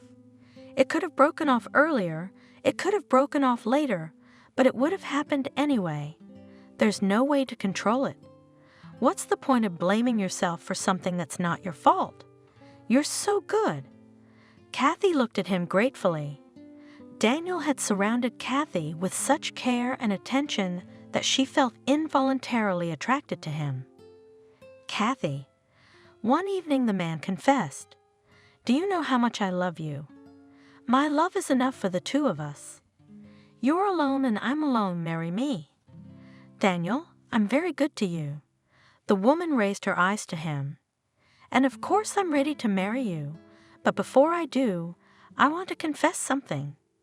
She was silent for a moment, gathering the strength to make her confession. The man looked at her with a smile. "Daniel, I'm pregnant." "What?" He tensed. Kathy could see his cheekbones set. "Who's the lucky guy?" "That's Ethan, my classmate. I could hide the pregnancy from you, but that wouldn't be fair. You've done so much for me these past few days, I just can't keep quiet. If you leave, I'll understand. I love you too much." After a long silence, Daniel spoke. "That's why I'll take your child as my own. I'll never reproach you with a word or a look, I swear. I just want to be with you always, but I have a favor to ask. Don't ever tell anyone it's not my baby. Promise?" "I promise." "Daniel, I don't know how I deserve this kind of love. Thank you for being there for me. I couldn't have done it without your support. So much has happened, so many changes in my life. I've lost my way. I really need you." Kathy said, and she believed her words to be true. "So you'll marry me?" "I think we're in too much of a hurry. Mama's just been buried. What kind of wedding can we have? We'll get married in a year," Daniel said sensibly. "In the meantime, we can have a quiet marriage. You don't want the baby to be born fatherless, do you?" The last argument finally dispelled Kathy's doubts, and she agreed. A couple months later, they were husband and wife. The woman's pregnancy had been difficult, and she hadn't left the hospital in months. During the night, Kathy woke up to a sudden twisting in her stomach. The sharp pain made her cry out. "What happened?" Daniel asked sleepily, waking up immediately. He turned on the light and saw his wife's pale face contorted with pain. "Has it started?" "Yes." Barely catching her breath, Kathy replied. "Hang on, I'll call an ambulance. And you breathe, breathe." He quickly dialed a phone number and called the medical team. "Can I help you get dressed?" "I don't feel well," the woman complained. "Don't be afraid, my dear. Everything is under control. We'll take you to the hospital, and the doctors will help you there." Daniel quickly dressed himself, collected his wife, and put out the bag he had already prepared for the hospital. When he heard the doorbell ring, he rushed to open it. "Where is the woman in labor?" Entering, the doctor asked businesslike, "Something you pale. Can you walk?" "I'll try." Daniel helped his wife up. "Ouch!" Kathy cried out, writhing in pain and clutching her stomach. "Stretcher!" shouted the doctor. A stretcher appeared, and the woman was laid down and carried into the car. "Doctor?" asked a worried Daniel. "Is she going to be all right?" "Don't worry, Daddy. She'll be fine." The car drove off, and Daniel went to the hospital after it. "Where's my wife?" he asked the girl nurse in the emergency room. They took her to the delivery room. "You're going home. There's nothing you can do for her now." "No, I'm staying." The man sat down in a vacant chair. He couldn't find a place to sit. He stood up, paced the hallway, trying to pull himself together. "Are you Kathy's husband?"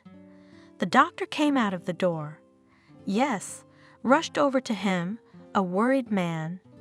"Your wife's unconscious right now, and the labor's severe. You must authorize a C-section. Unfortunately, she can't. I don't want to live without my boy. Where is he? I want to see him." She sat up abruptly in bed and looked at her husband with distraught eyes. "Let me hold him in my arms." "Calm down." Daniel looked at her anxiously. "You're not yourself right now.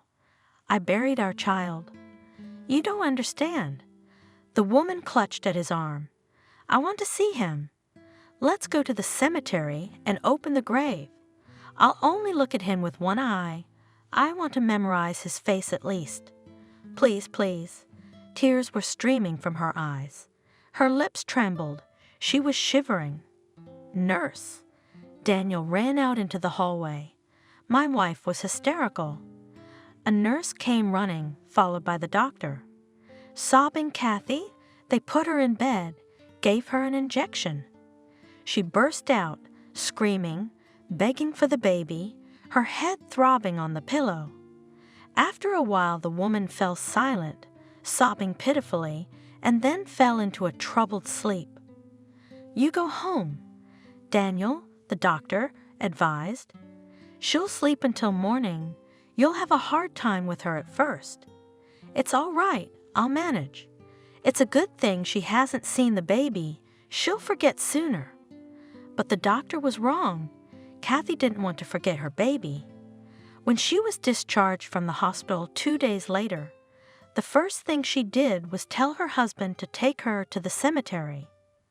There she fell on a small grave, wrapped her arms around it, and sobbed bitterly. "Olivia, I'm home."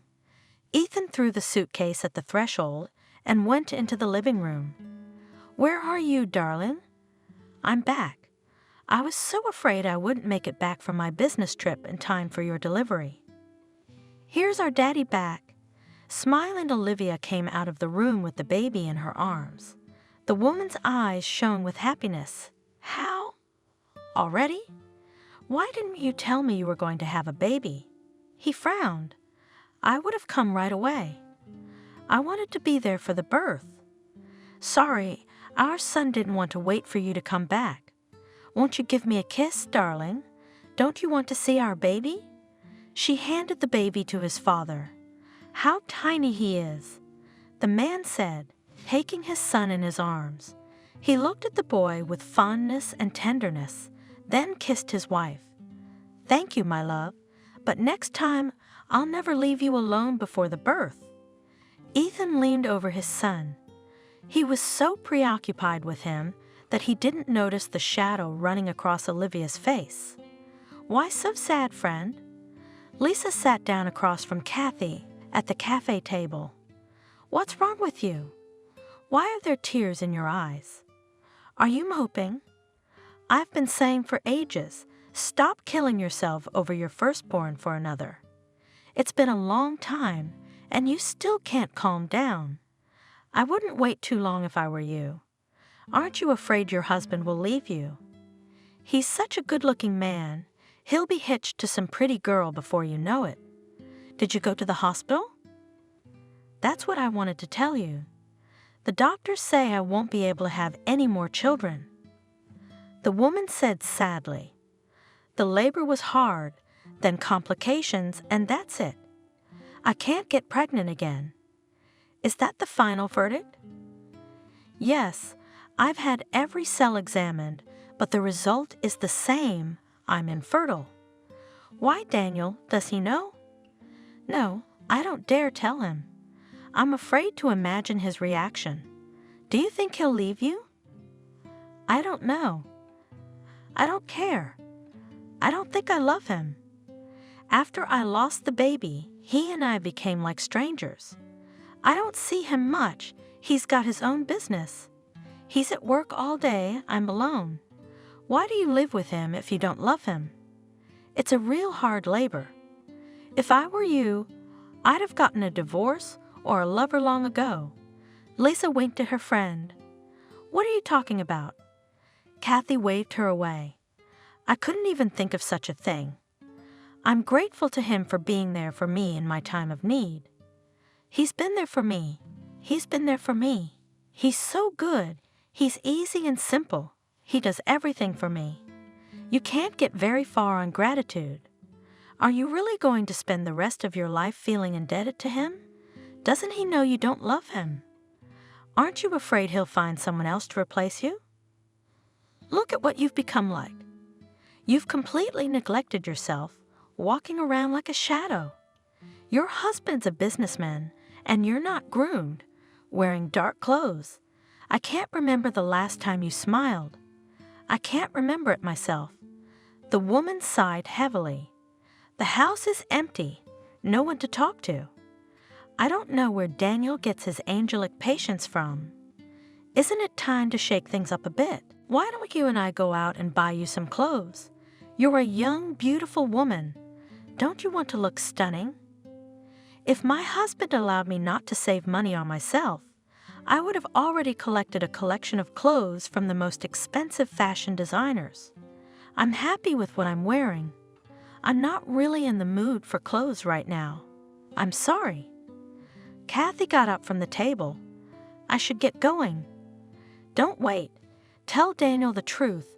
He doesn't deserve to be treated like this. That's exactly what I'm going to do now. Thank you, you're the best friend in the world. The woman smiled sadly. With a heavy heart, Kathy waited for her husband's return from work.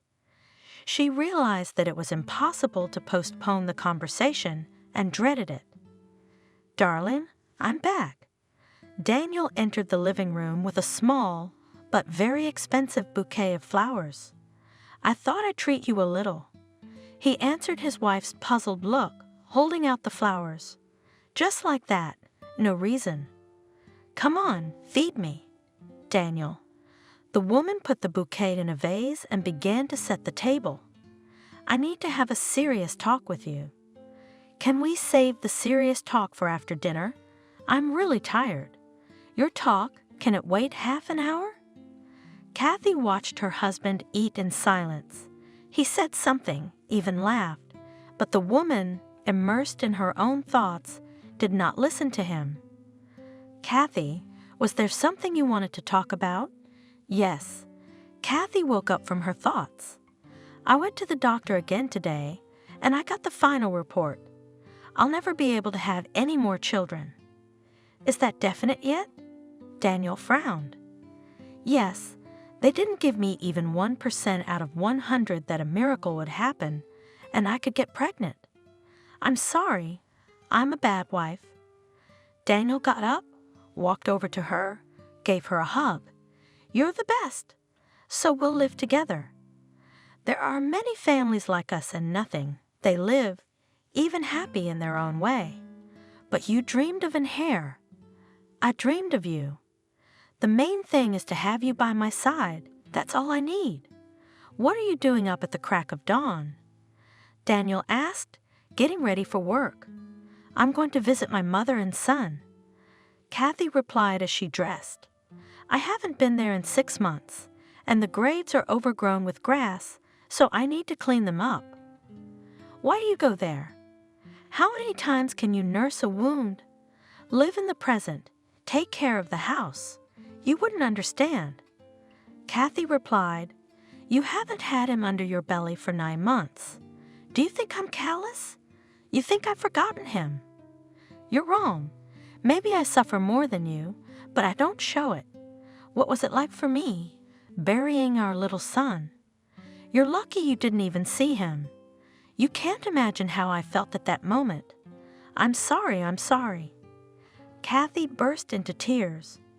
Daniel put his arms around her and held her tightly against him, comforting her. I can't help it. I'm drawn to it like a magnet. Aren't you afraid you'll go crazy soon? What kind of person in their right mind behaves like that? I understand celebrating an anniversary, but not every month. You go there like you go to work. Why don't you do something useful or go out with your girlfriends? Why don't we make a reservation at a restaurant? We haven't been out in a while, or we could go to the countryside, you know? Sorry, I'm not in the mood. Should I lock you up? I can't stand to see you torturing yourself. Don't bother me, please. It's where I calm down. Kathy knew in her heart that her husband was right, but she was drawn to the last refuge of mother and son. She put on her household gloves, squatted by her mother's grave, and wiped the monument with a cloth. "It's been a long time since I've been to your place," the woman mumbled as she began to clean up the grass. She concentrated on pulling weeds and tried not to think about anything. "Well, it's good to be clean again. Now I'll go to my son, and you stay here." "Hello, my darling." Kathy bent down to her son's grave. She threw the wilted flowers out of the vase and put fresh ones in. "You would have been 5 years old today." She stroked the black granite monument, shivering from the cold. "Mom remembers you. I'm sorry I didn't keep you safe. Sleep well." The woman stood silently by the small mound. From the outside, she looked strange, all in black, thin, with a pale face, haggard with mental anguish. She looked much older than her years. The habit of speaking to the graves of mother and son in the cemetery, which had appeared in recent years, horrified Daniel. Time passed, and Kathy's mental health did not recover. Her life, like a metronome, monotonously, joylessly counted down the days. Her heart suffered from night dreams, which appeared to her if she did not come to her son for a long time. No, she could not even imagine the child's face, but from behind the vision was so clear that the woman woke up in tears, and in the morning went to the cemetery. Kathy, the woman heard one day, on her way out of the cemetery grounds. "Hello, have you come to see your people?" "Clara, hello." She greeted the older woman, Ethan's mother, warmly. "What brings you here?" "I buried my husband a year ago. I came to visit.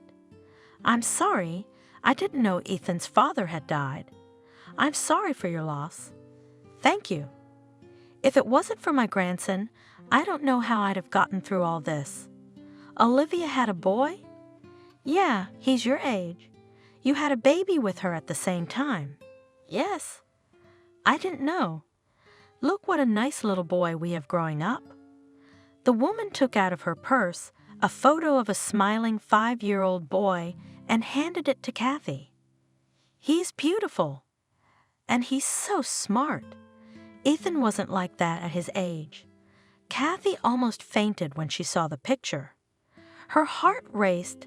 There was something painfully familiar in the boy's features. Tears came to her eyes. "No," she thought, "my baby would probably look like him, for he is Ethan's son too." "Oh, Kathy!" Clara came to her senses. "I'm sorry, you stupid fool. I was so happy I forgot you'd lost your baby. Don't kill me like that. You and your husband are still young. You'll have a baby. Baby, it's such a happiness." Kathy smiled sadly at the woman and hurried away. She knew that she would never have this happiness. "Olivia, where have you been again?" Ethan grudgingly watched as his wife, smiling stupidly and looking at him with eyes dazed from alcohol, took off her shoes in the hallway. "At the club, where else? Did you miss me, darling? Isn't it a little late for you to go clubbing? You're not a girl." "Aren't you ashamed to insinuate my age? By the way, I'm still young. What's your problem anyway? I came home a little drunk, so what? I'm not a nursing mom. It's the middle of the night and you're out somewhere. The baby wouldn't go to bed without you." "What's wrong? You can't put your own son to bed. Are you used to your wife always being home?"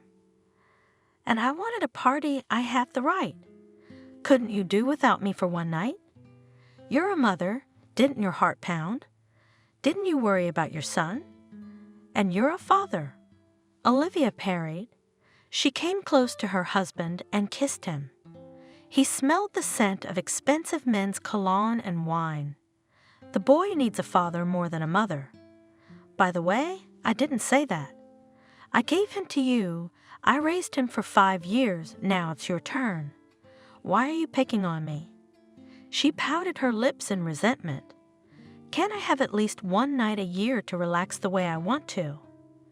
I'm sick of diapers, cradles, baby tears. But that doesn't mean you have to come home at midnight. Well, I'm sorry. I wasn't looking at my watch. It was so much fun out there. The time flew by. Me and the girls had a lot of fun. You've changed a lot lately. What's going on? Nothing's going on, she shrugged. We were on vacation with some friends. Do you know how tired I am of sitting at home? The same thing every day. I want to change. I miss it so much.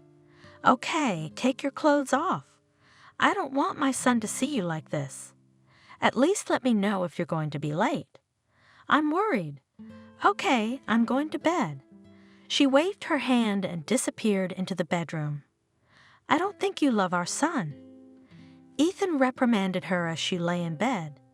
You were doing something with the little one, but now you don't pay any attention to him, and he's bored. Don't make it up. In a sleepy voice, Olivia assured him. Just because I don't coddle him doesn't mean I don't love him. He needs a stern man's upbringing. I can see he's bothering you. What has he ever done to you? You never kiss him. You never caress him. You just yell at him, and he's so attracted to you. What's wrong with you? You were a great mom, weren't you? Leave me alone. The woman waved me away irritably. I'm tired. I want to sleep. How many times can you teach me? I know how to behave with my son. I don't need your advice. A week later, Ethan received a message that made him furious. Who's that? He shoved the phone under his wife's nose. Who's the guy in the picture next to you? Just a guy I know. She replied nonchalantly. Why are you freaking out? Why are you freaking out? I find out that my wife is cheating on me, and you pretend that nothing happened. What do you think? A light flirtation. No binding relationship. I thought I'd diversify our relationship a little bit.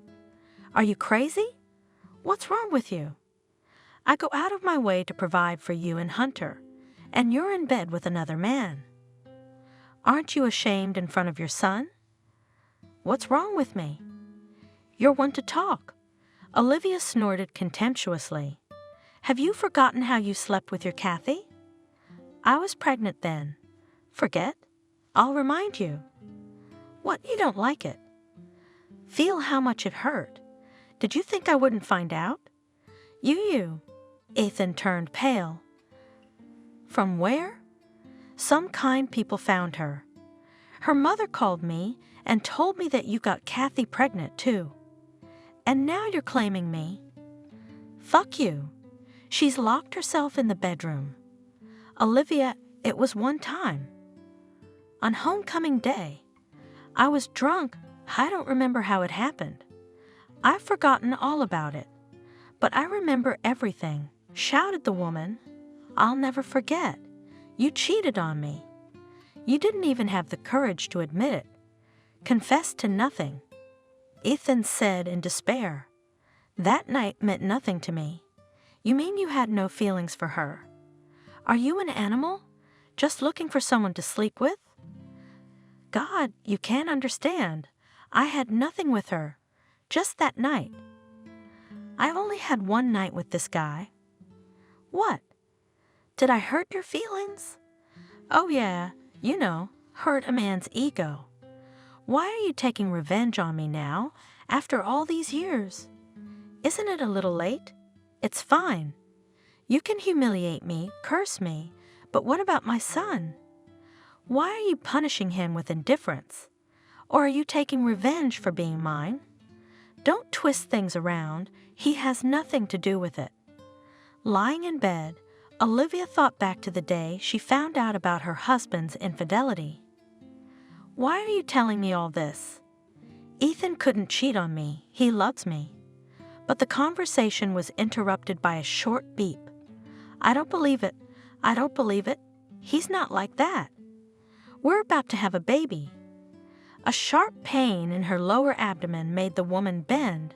A trickle of blood trickled down her legs. Daddy. With trembling hands, she dialed her father's number. Daddy. She cried into the receiver Benjamin. Come to me urgently, my baby, my baby. I'm afraid, Daddy. I feel so bad. Don't cry, daughter. I'll be right there. Just don't hang up. I'll call the hospital. They'll come to you right away.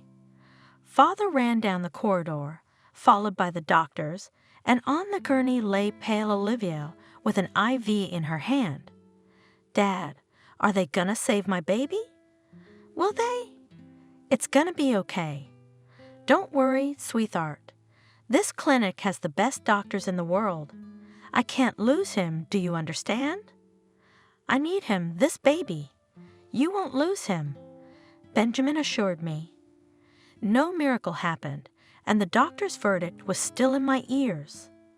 Olivia, girl, there was nothing we could do. We had to terminate the pregnancy. You were in danger. You had lost a lot of blood. The baby, with such blood loss, was doomed. Olivia, my daughter. Benjamin looked anxiously at his daughter. Don't kill yourself. They were saving you. And what to do? I dreamed so much about this child, and now I have to wait again to get pregnant. What am I going to tell Ethan? Ethan's a smart man. He'll figure it out. I'm sorry, but I have to tell you that you can never be a mother. I'm telling you this now so you don't have any illusions. Daddy, how's that? Why? A lot of women have abortions, they miscarry, and then they're pregnant again. Am I any worse? But not in your case, you were too far along.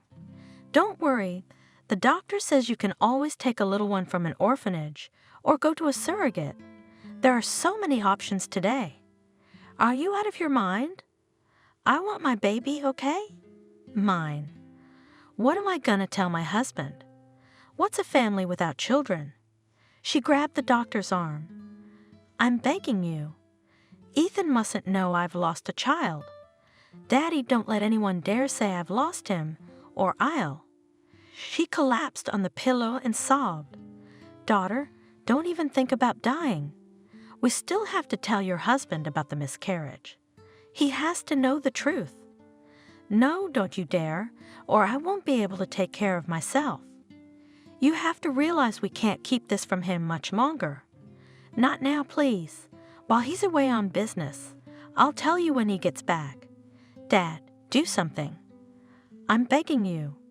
Your daughter's family is on the verge of disaster. What is there to do? I'd give anything to make you happy, but there's nothing money can do. Olivia couldn't stay in the ward. She went to the hospital park, sat on a bench and cried. Woman, can I help you? Someone's hand rested on the woman's shoulders, shuddering with sobs. She raised her head. Olivia? What's wrong? What happened? She jumped up, shoved her fist painfully into Daniel's chest. It was him. It's your wife's fault. You snake. I lost my baby because of her. I hate her. I don't see what Kathy has to do with this. Sit down and tell me. Calm down. How can I calm down? Her mom called and told me that Kathy's having Ethan's baby. And you didn't know. I knew. Kathy told me right away. And you forgave her? Married her knowing she was pregnant with another man's child. Of course I love her. I had to accept her as she was. And I was stupid to be happy that he loved me. I didn't even look at the others. I was faithful, but she cried again. We had a good night out. I don't get it, Kathy. When her mother, Wendy, called, I had a miscarriage. I was pregnant, too, with my husband's baby, not another man's. And now I'm never gonna have kids. Why would Ethan want me childless? He'll leave me the first chance he gets. Kathy, you ruined our family. What are you doing? Getting all hot and bothered? Your Ethan won't leave you. If he wanted to, he'd have left a long time ago. How many opportunities have there been? And Kathy hasn't given you any reason not to trust her. Aren't you afraid he'll turn on her? He's gonna find out she's carrying his baby sooner or later. Do you think Kathy would stay with you if he beckoned her? I doubt it. We'd both be fools. What am I supposed to do? Drown myself? Why should I live without him? Wait for drowning. Daniel thought for a moment. There must be a way out. There is. Olivia lowered her voice to a whisper, looking around. We can switch the baby. I don't care whose baby it is, as long as my husband doesn't find out he's not the father. I've got it all figured out. What's the time difference with Kathy? I don't know, a month or two. What's it to you? What was it supposed to be? A son? Why are you giving me riddles? You see, I don't like raising someone else's child. It'll always remind me of the affair. And you said you forgive me. Olivia grinned. Do not cling to the words. I dream of my own. If you are ready for a switch, how would we arrange that Kathy child, she is also waiting for a son, became yours? Let's restore some justice, so to speak. Let the boy be brought up by his father. He doesn't even know about him. I'm willing to sign any papers to keep the whole story quiet. And what do you want for that? Olivia wiped away her tears. Nothing. Just to get rid of the baby. If it works out, everybody wins.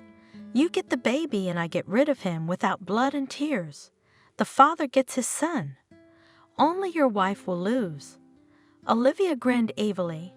Serves her right. Don't hang on other men's husbands. She took my son, and I'll take her. In a year's time, she'll get pregnant again and have my child, and everyone will be happy. And make sure I never see or hear from you or your husband again. And in fact, let's pretend we don't know each other. You don't have to worry about that. The only thing is, how do we do this discreetly? We'll need a doctor's help, but I don't think any of them would agree to a forgery. Don't worry, the woman's got her spirits back up. The doctor I had my baby with is a friend of my father's. We'll arrange for Kathy to go to him for the delivery. He'll do everything before anyone knows I've lost the baby. I'll pretend I'm still pregnant. My dad will arrange for me to stay at the clinic. It's easier to hide the loss of the baby. You'll let me know when you're due, and the rest will be up to the doctor. Are you sure? We won't get burned. You guarantee it. Can you trust him? He'll do anything for me, and if he doesn't want me, I'll get my dad involved. So, are you ready to write a waiver right now? I can't wait to see our contract signed. Let's do it this way. I'm actually waiting for my wife to come home from counseling. I'll take her home and call you, and in the meantime, you find out what's going on. If the doctor doesn't agree, then it's not worth it. I don't want to risk it. Kathy won't forgive me if he finds out what we're up to. Don't worry. No one will find out. They went their separate ways, and 2 hours later, they were sitting in the chief of staff's office. Daniel, do you realize what you're setting me up for? The doctor was horrified by Olivia and Daniel's plan. If any information leaks out, I'll go to jail. It's a crime. It's a crime to make me childless. The woman said, It's okay. We'll grow up.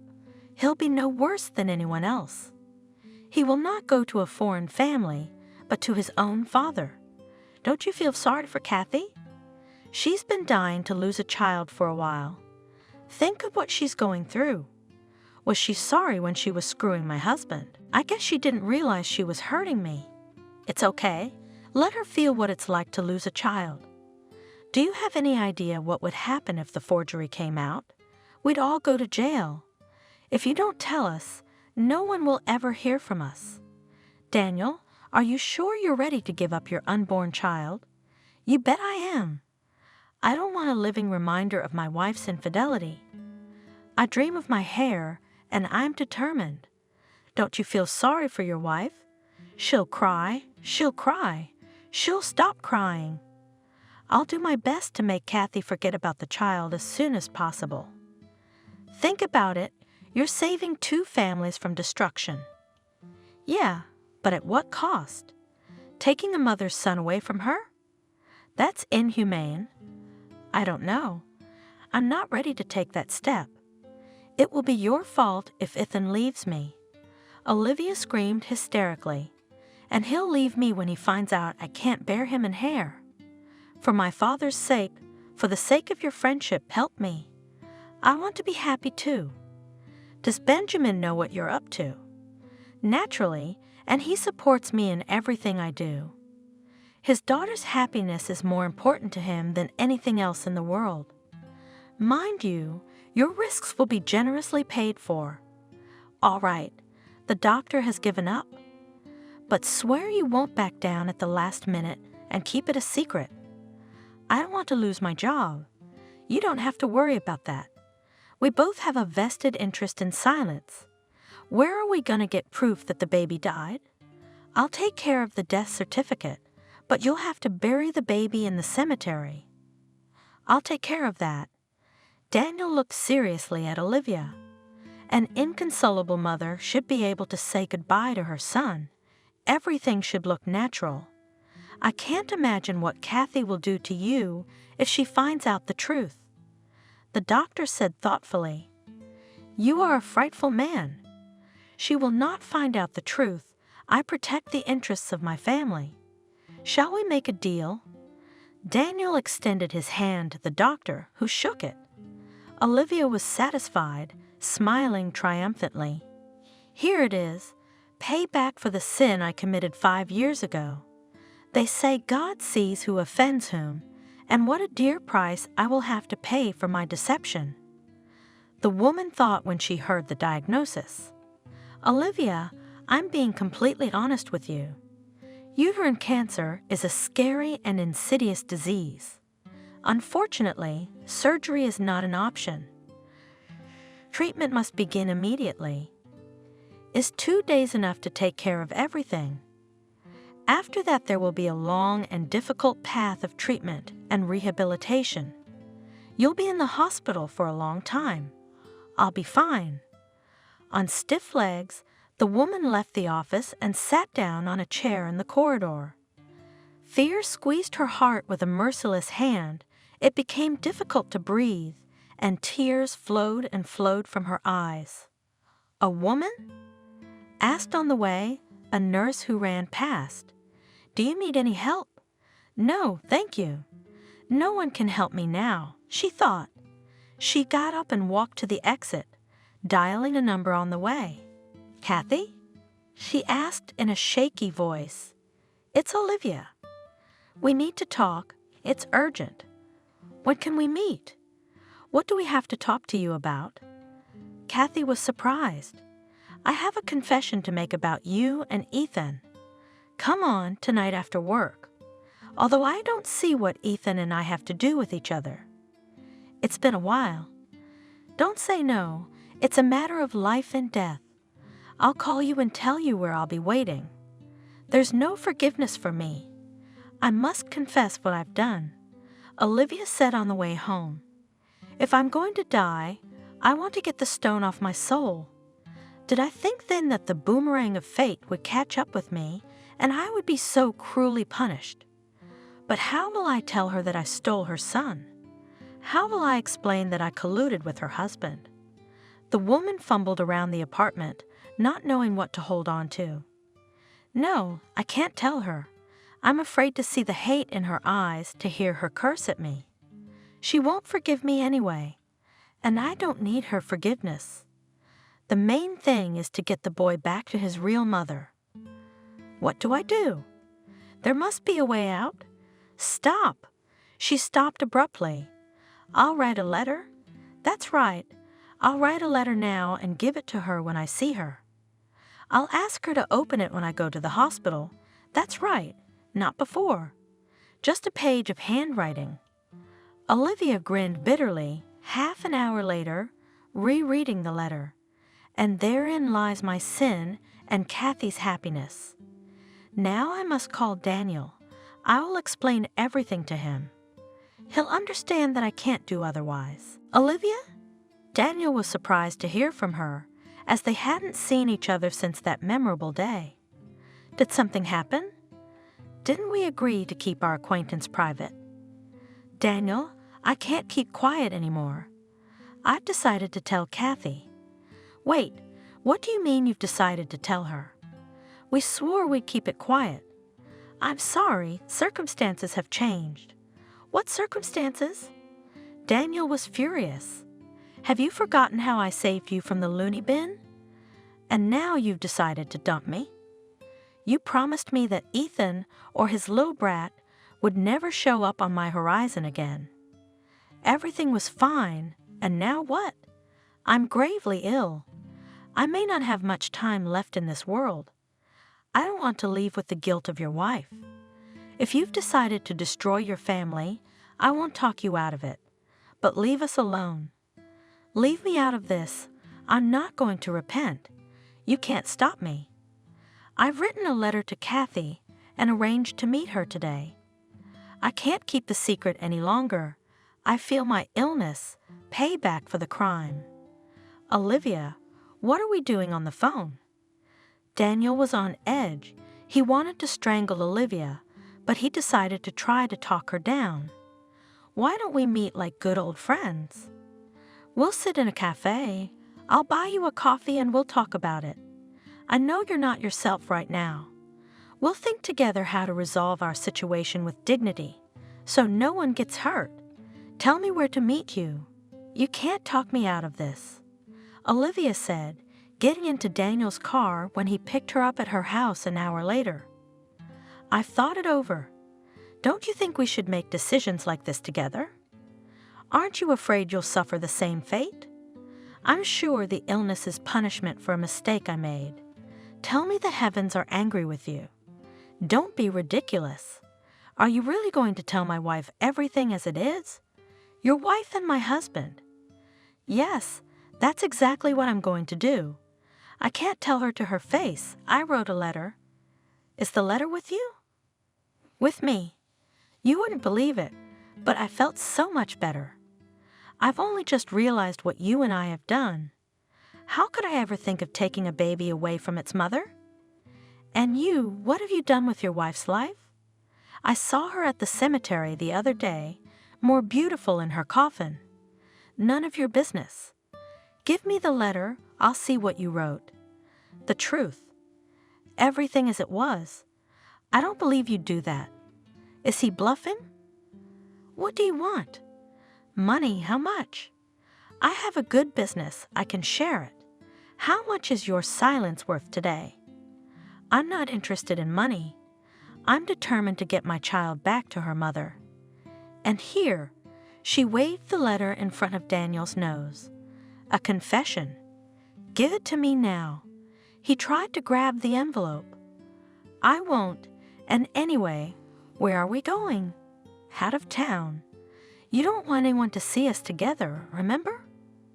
We don't know you. Watch the road. Slow down. What's wrong? Did you change your mind about dying? He's speeding up on purpose to tease her. Give me the envelope. Even if you take the envelope from me, I'll still open Kathy's eyes. Let her know what kind of monster she's been living with for so many years. Do you think she'll stay with you after all this? One phone call, one letter, and the myth of a happy family life will fall apart. Oh, you little bitch, are you blackmailing me? Daniel only took his eyes off the road for a moment to snatch the letter from Olivia's hands, but it was his fatal mistake.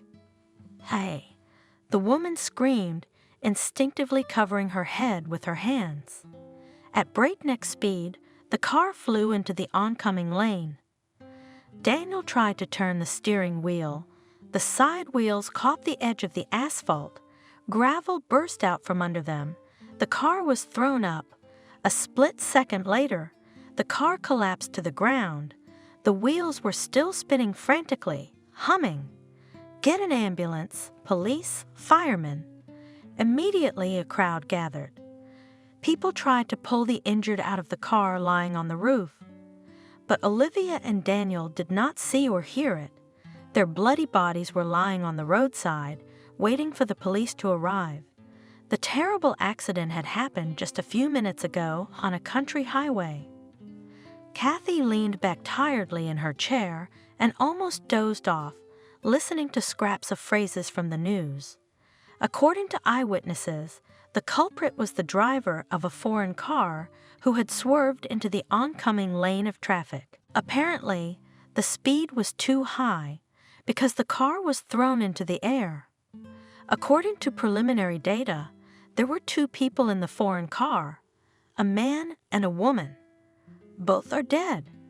Their identities are being established. Suddenly, the phone rang. "Hello." Shaking off her drowsiness, the woman spoke. "Kathy, you need to come over for identification right away.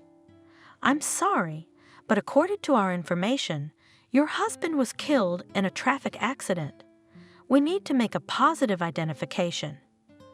"Wait, you're wrong. The husband should be at work right now.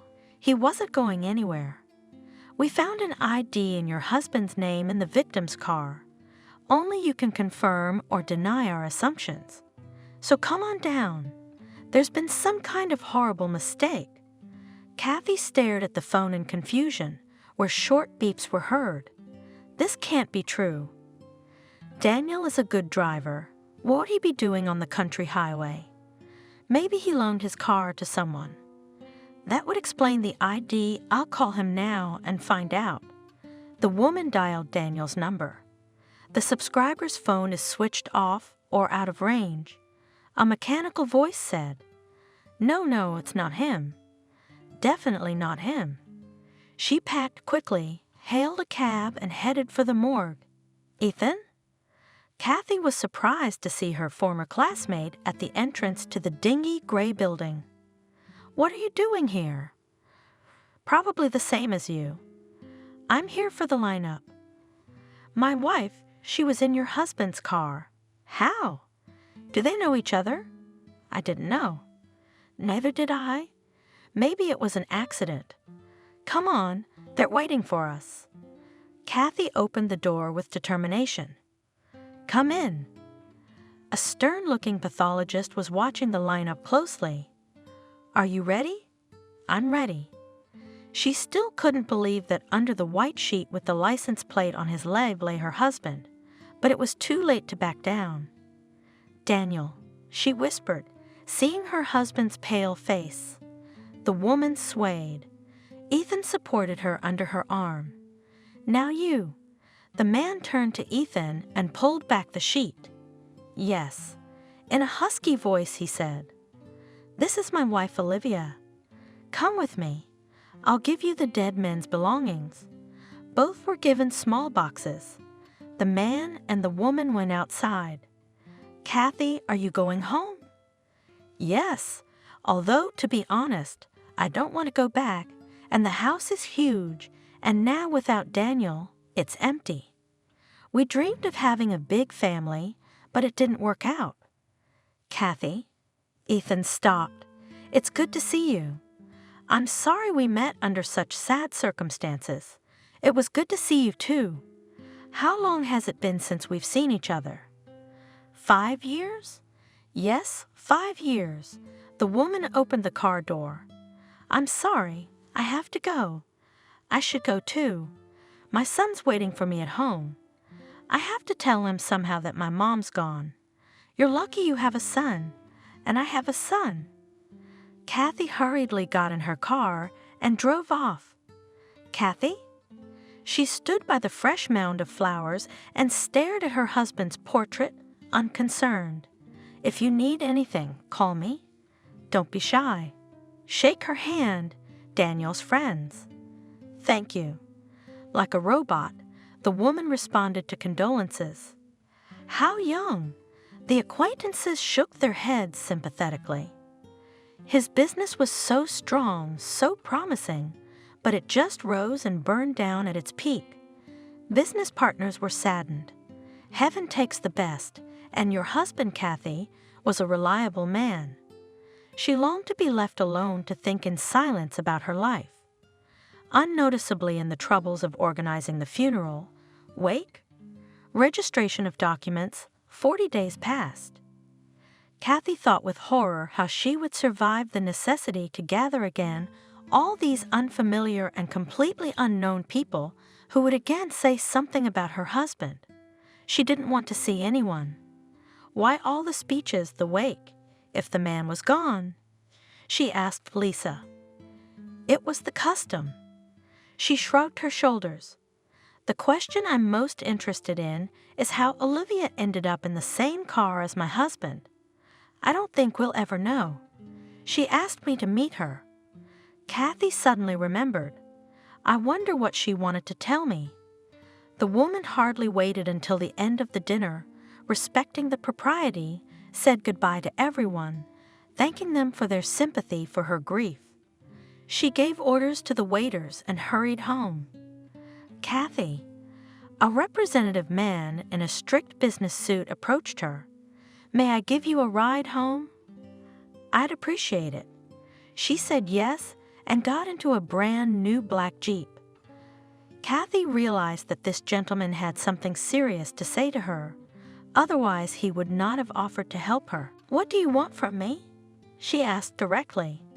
Your husband has a huge business, and you are the sole heir to his fortune. Why should a fragile woman take on the headache?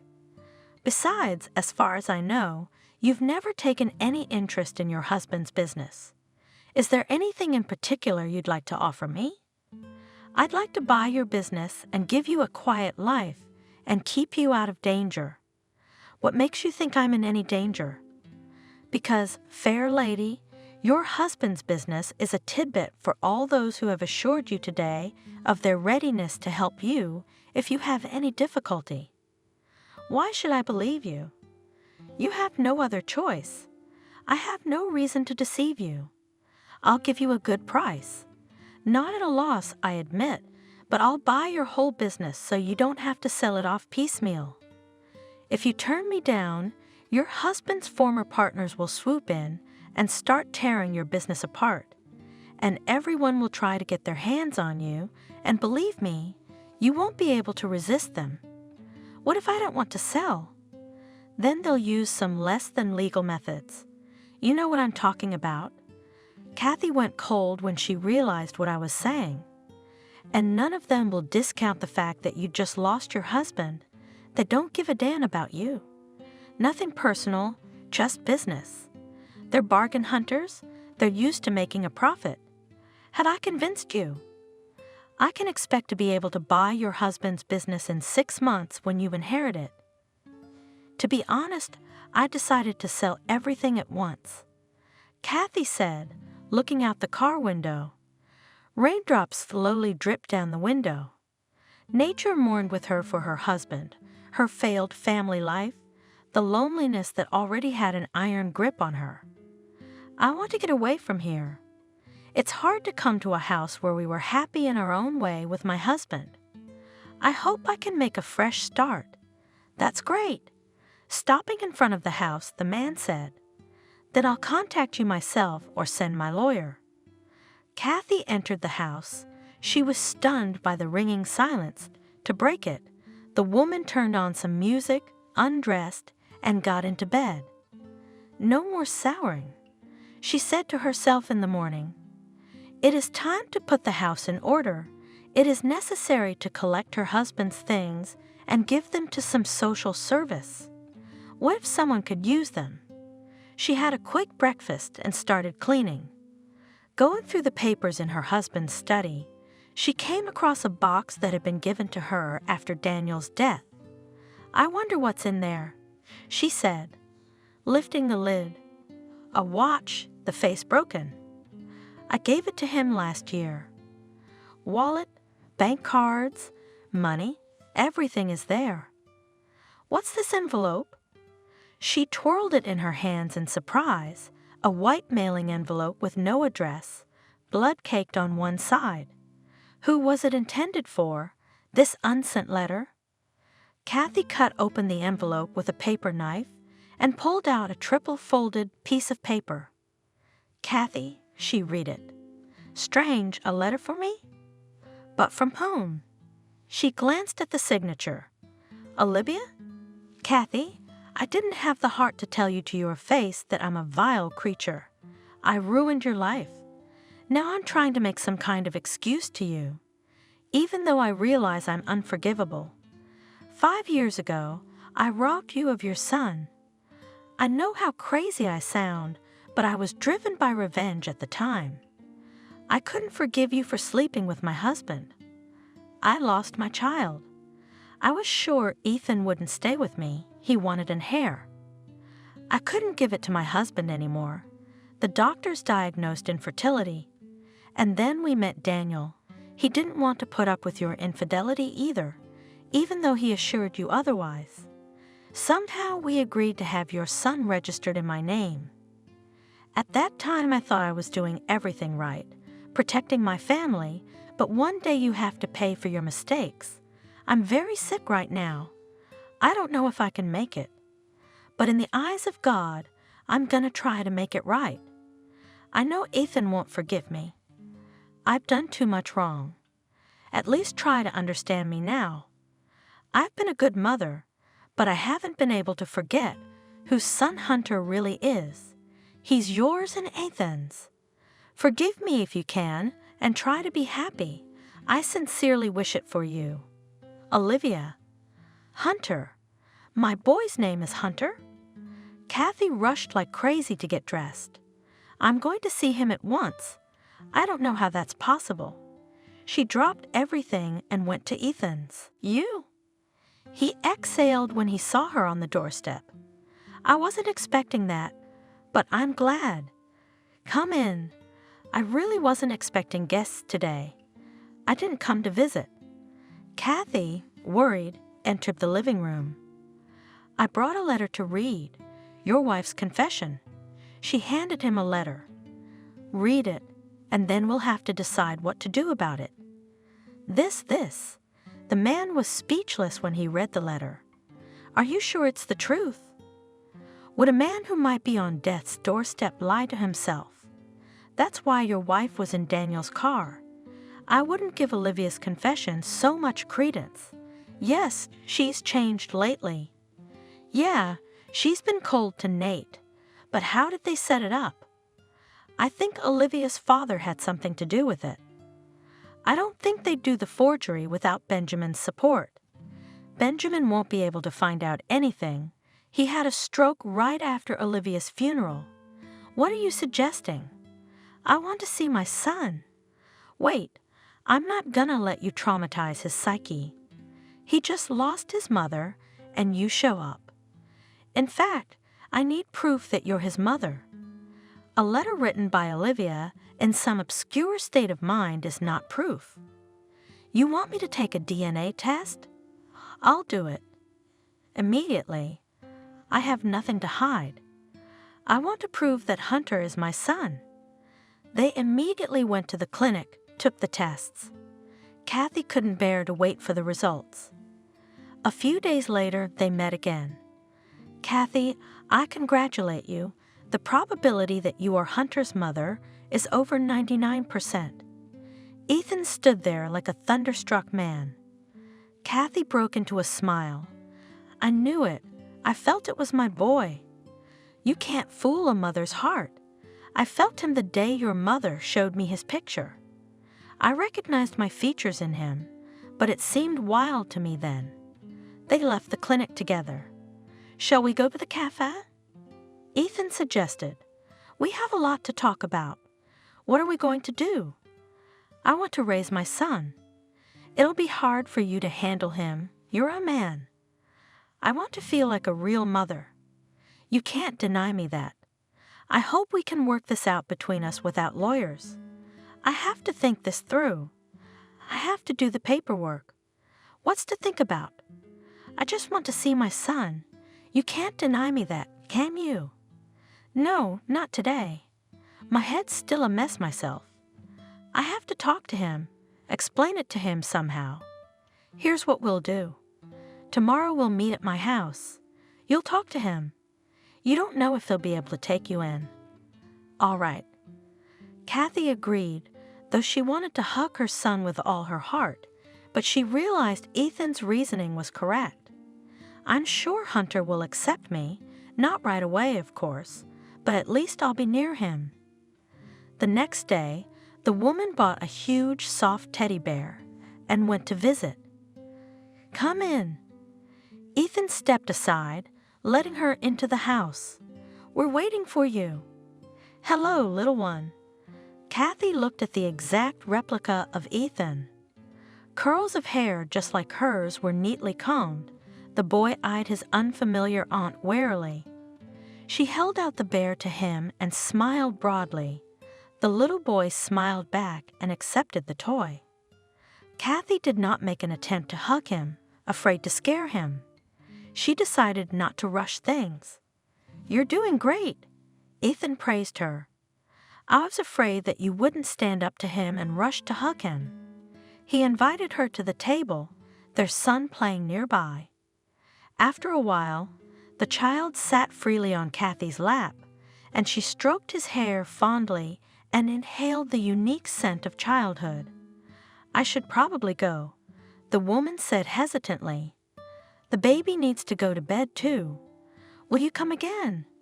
Hunter asked hopefully, looking at his mother with brown eyes. "Do you want her to stay with us forever?" Unexpectedly, Ethan blurted out. The boy jumped up, clapped his hands, and then hugged Kathy's legs. She picked the child up, held him to her, kissed him, and cried. "Why are you crying?" Smiling, Ethan asked. "Go put your son to bed. I'll set the table." 15 minutes later, the woman returned, a happy smile wandering on her face. "He fell asleep," she said.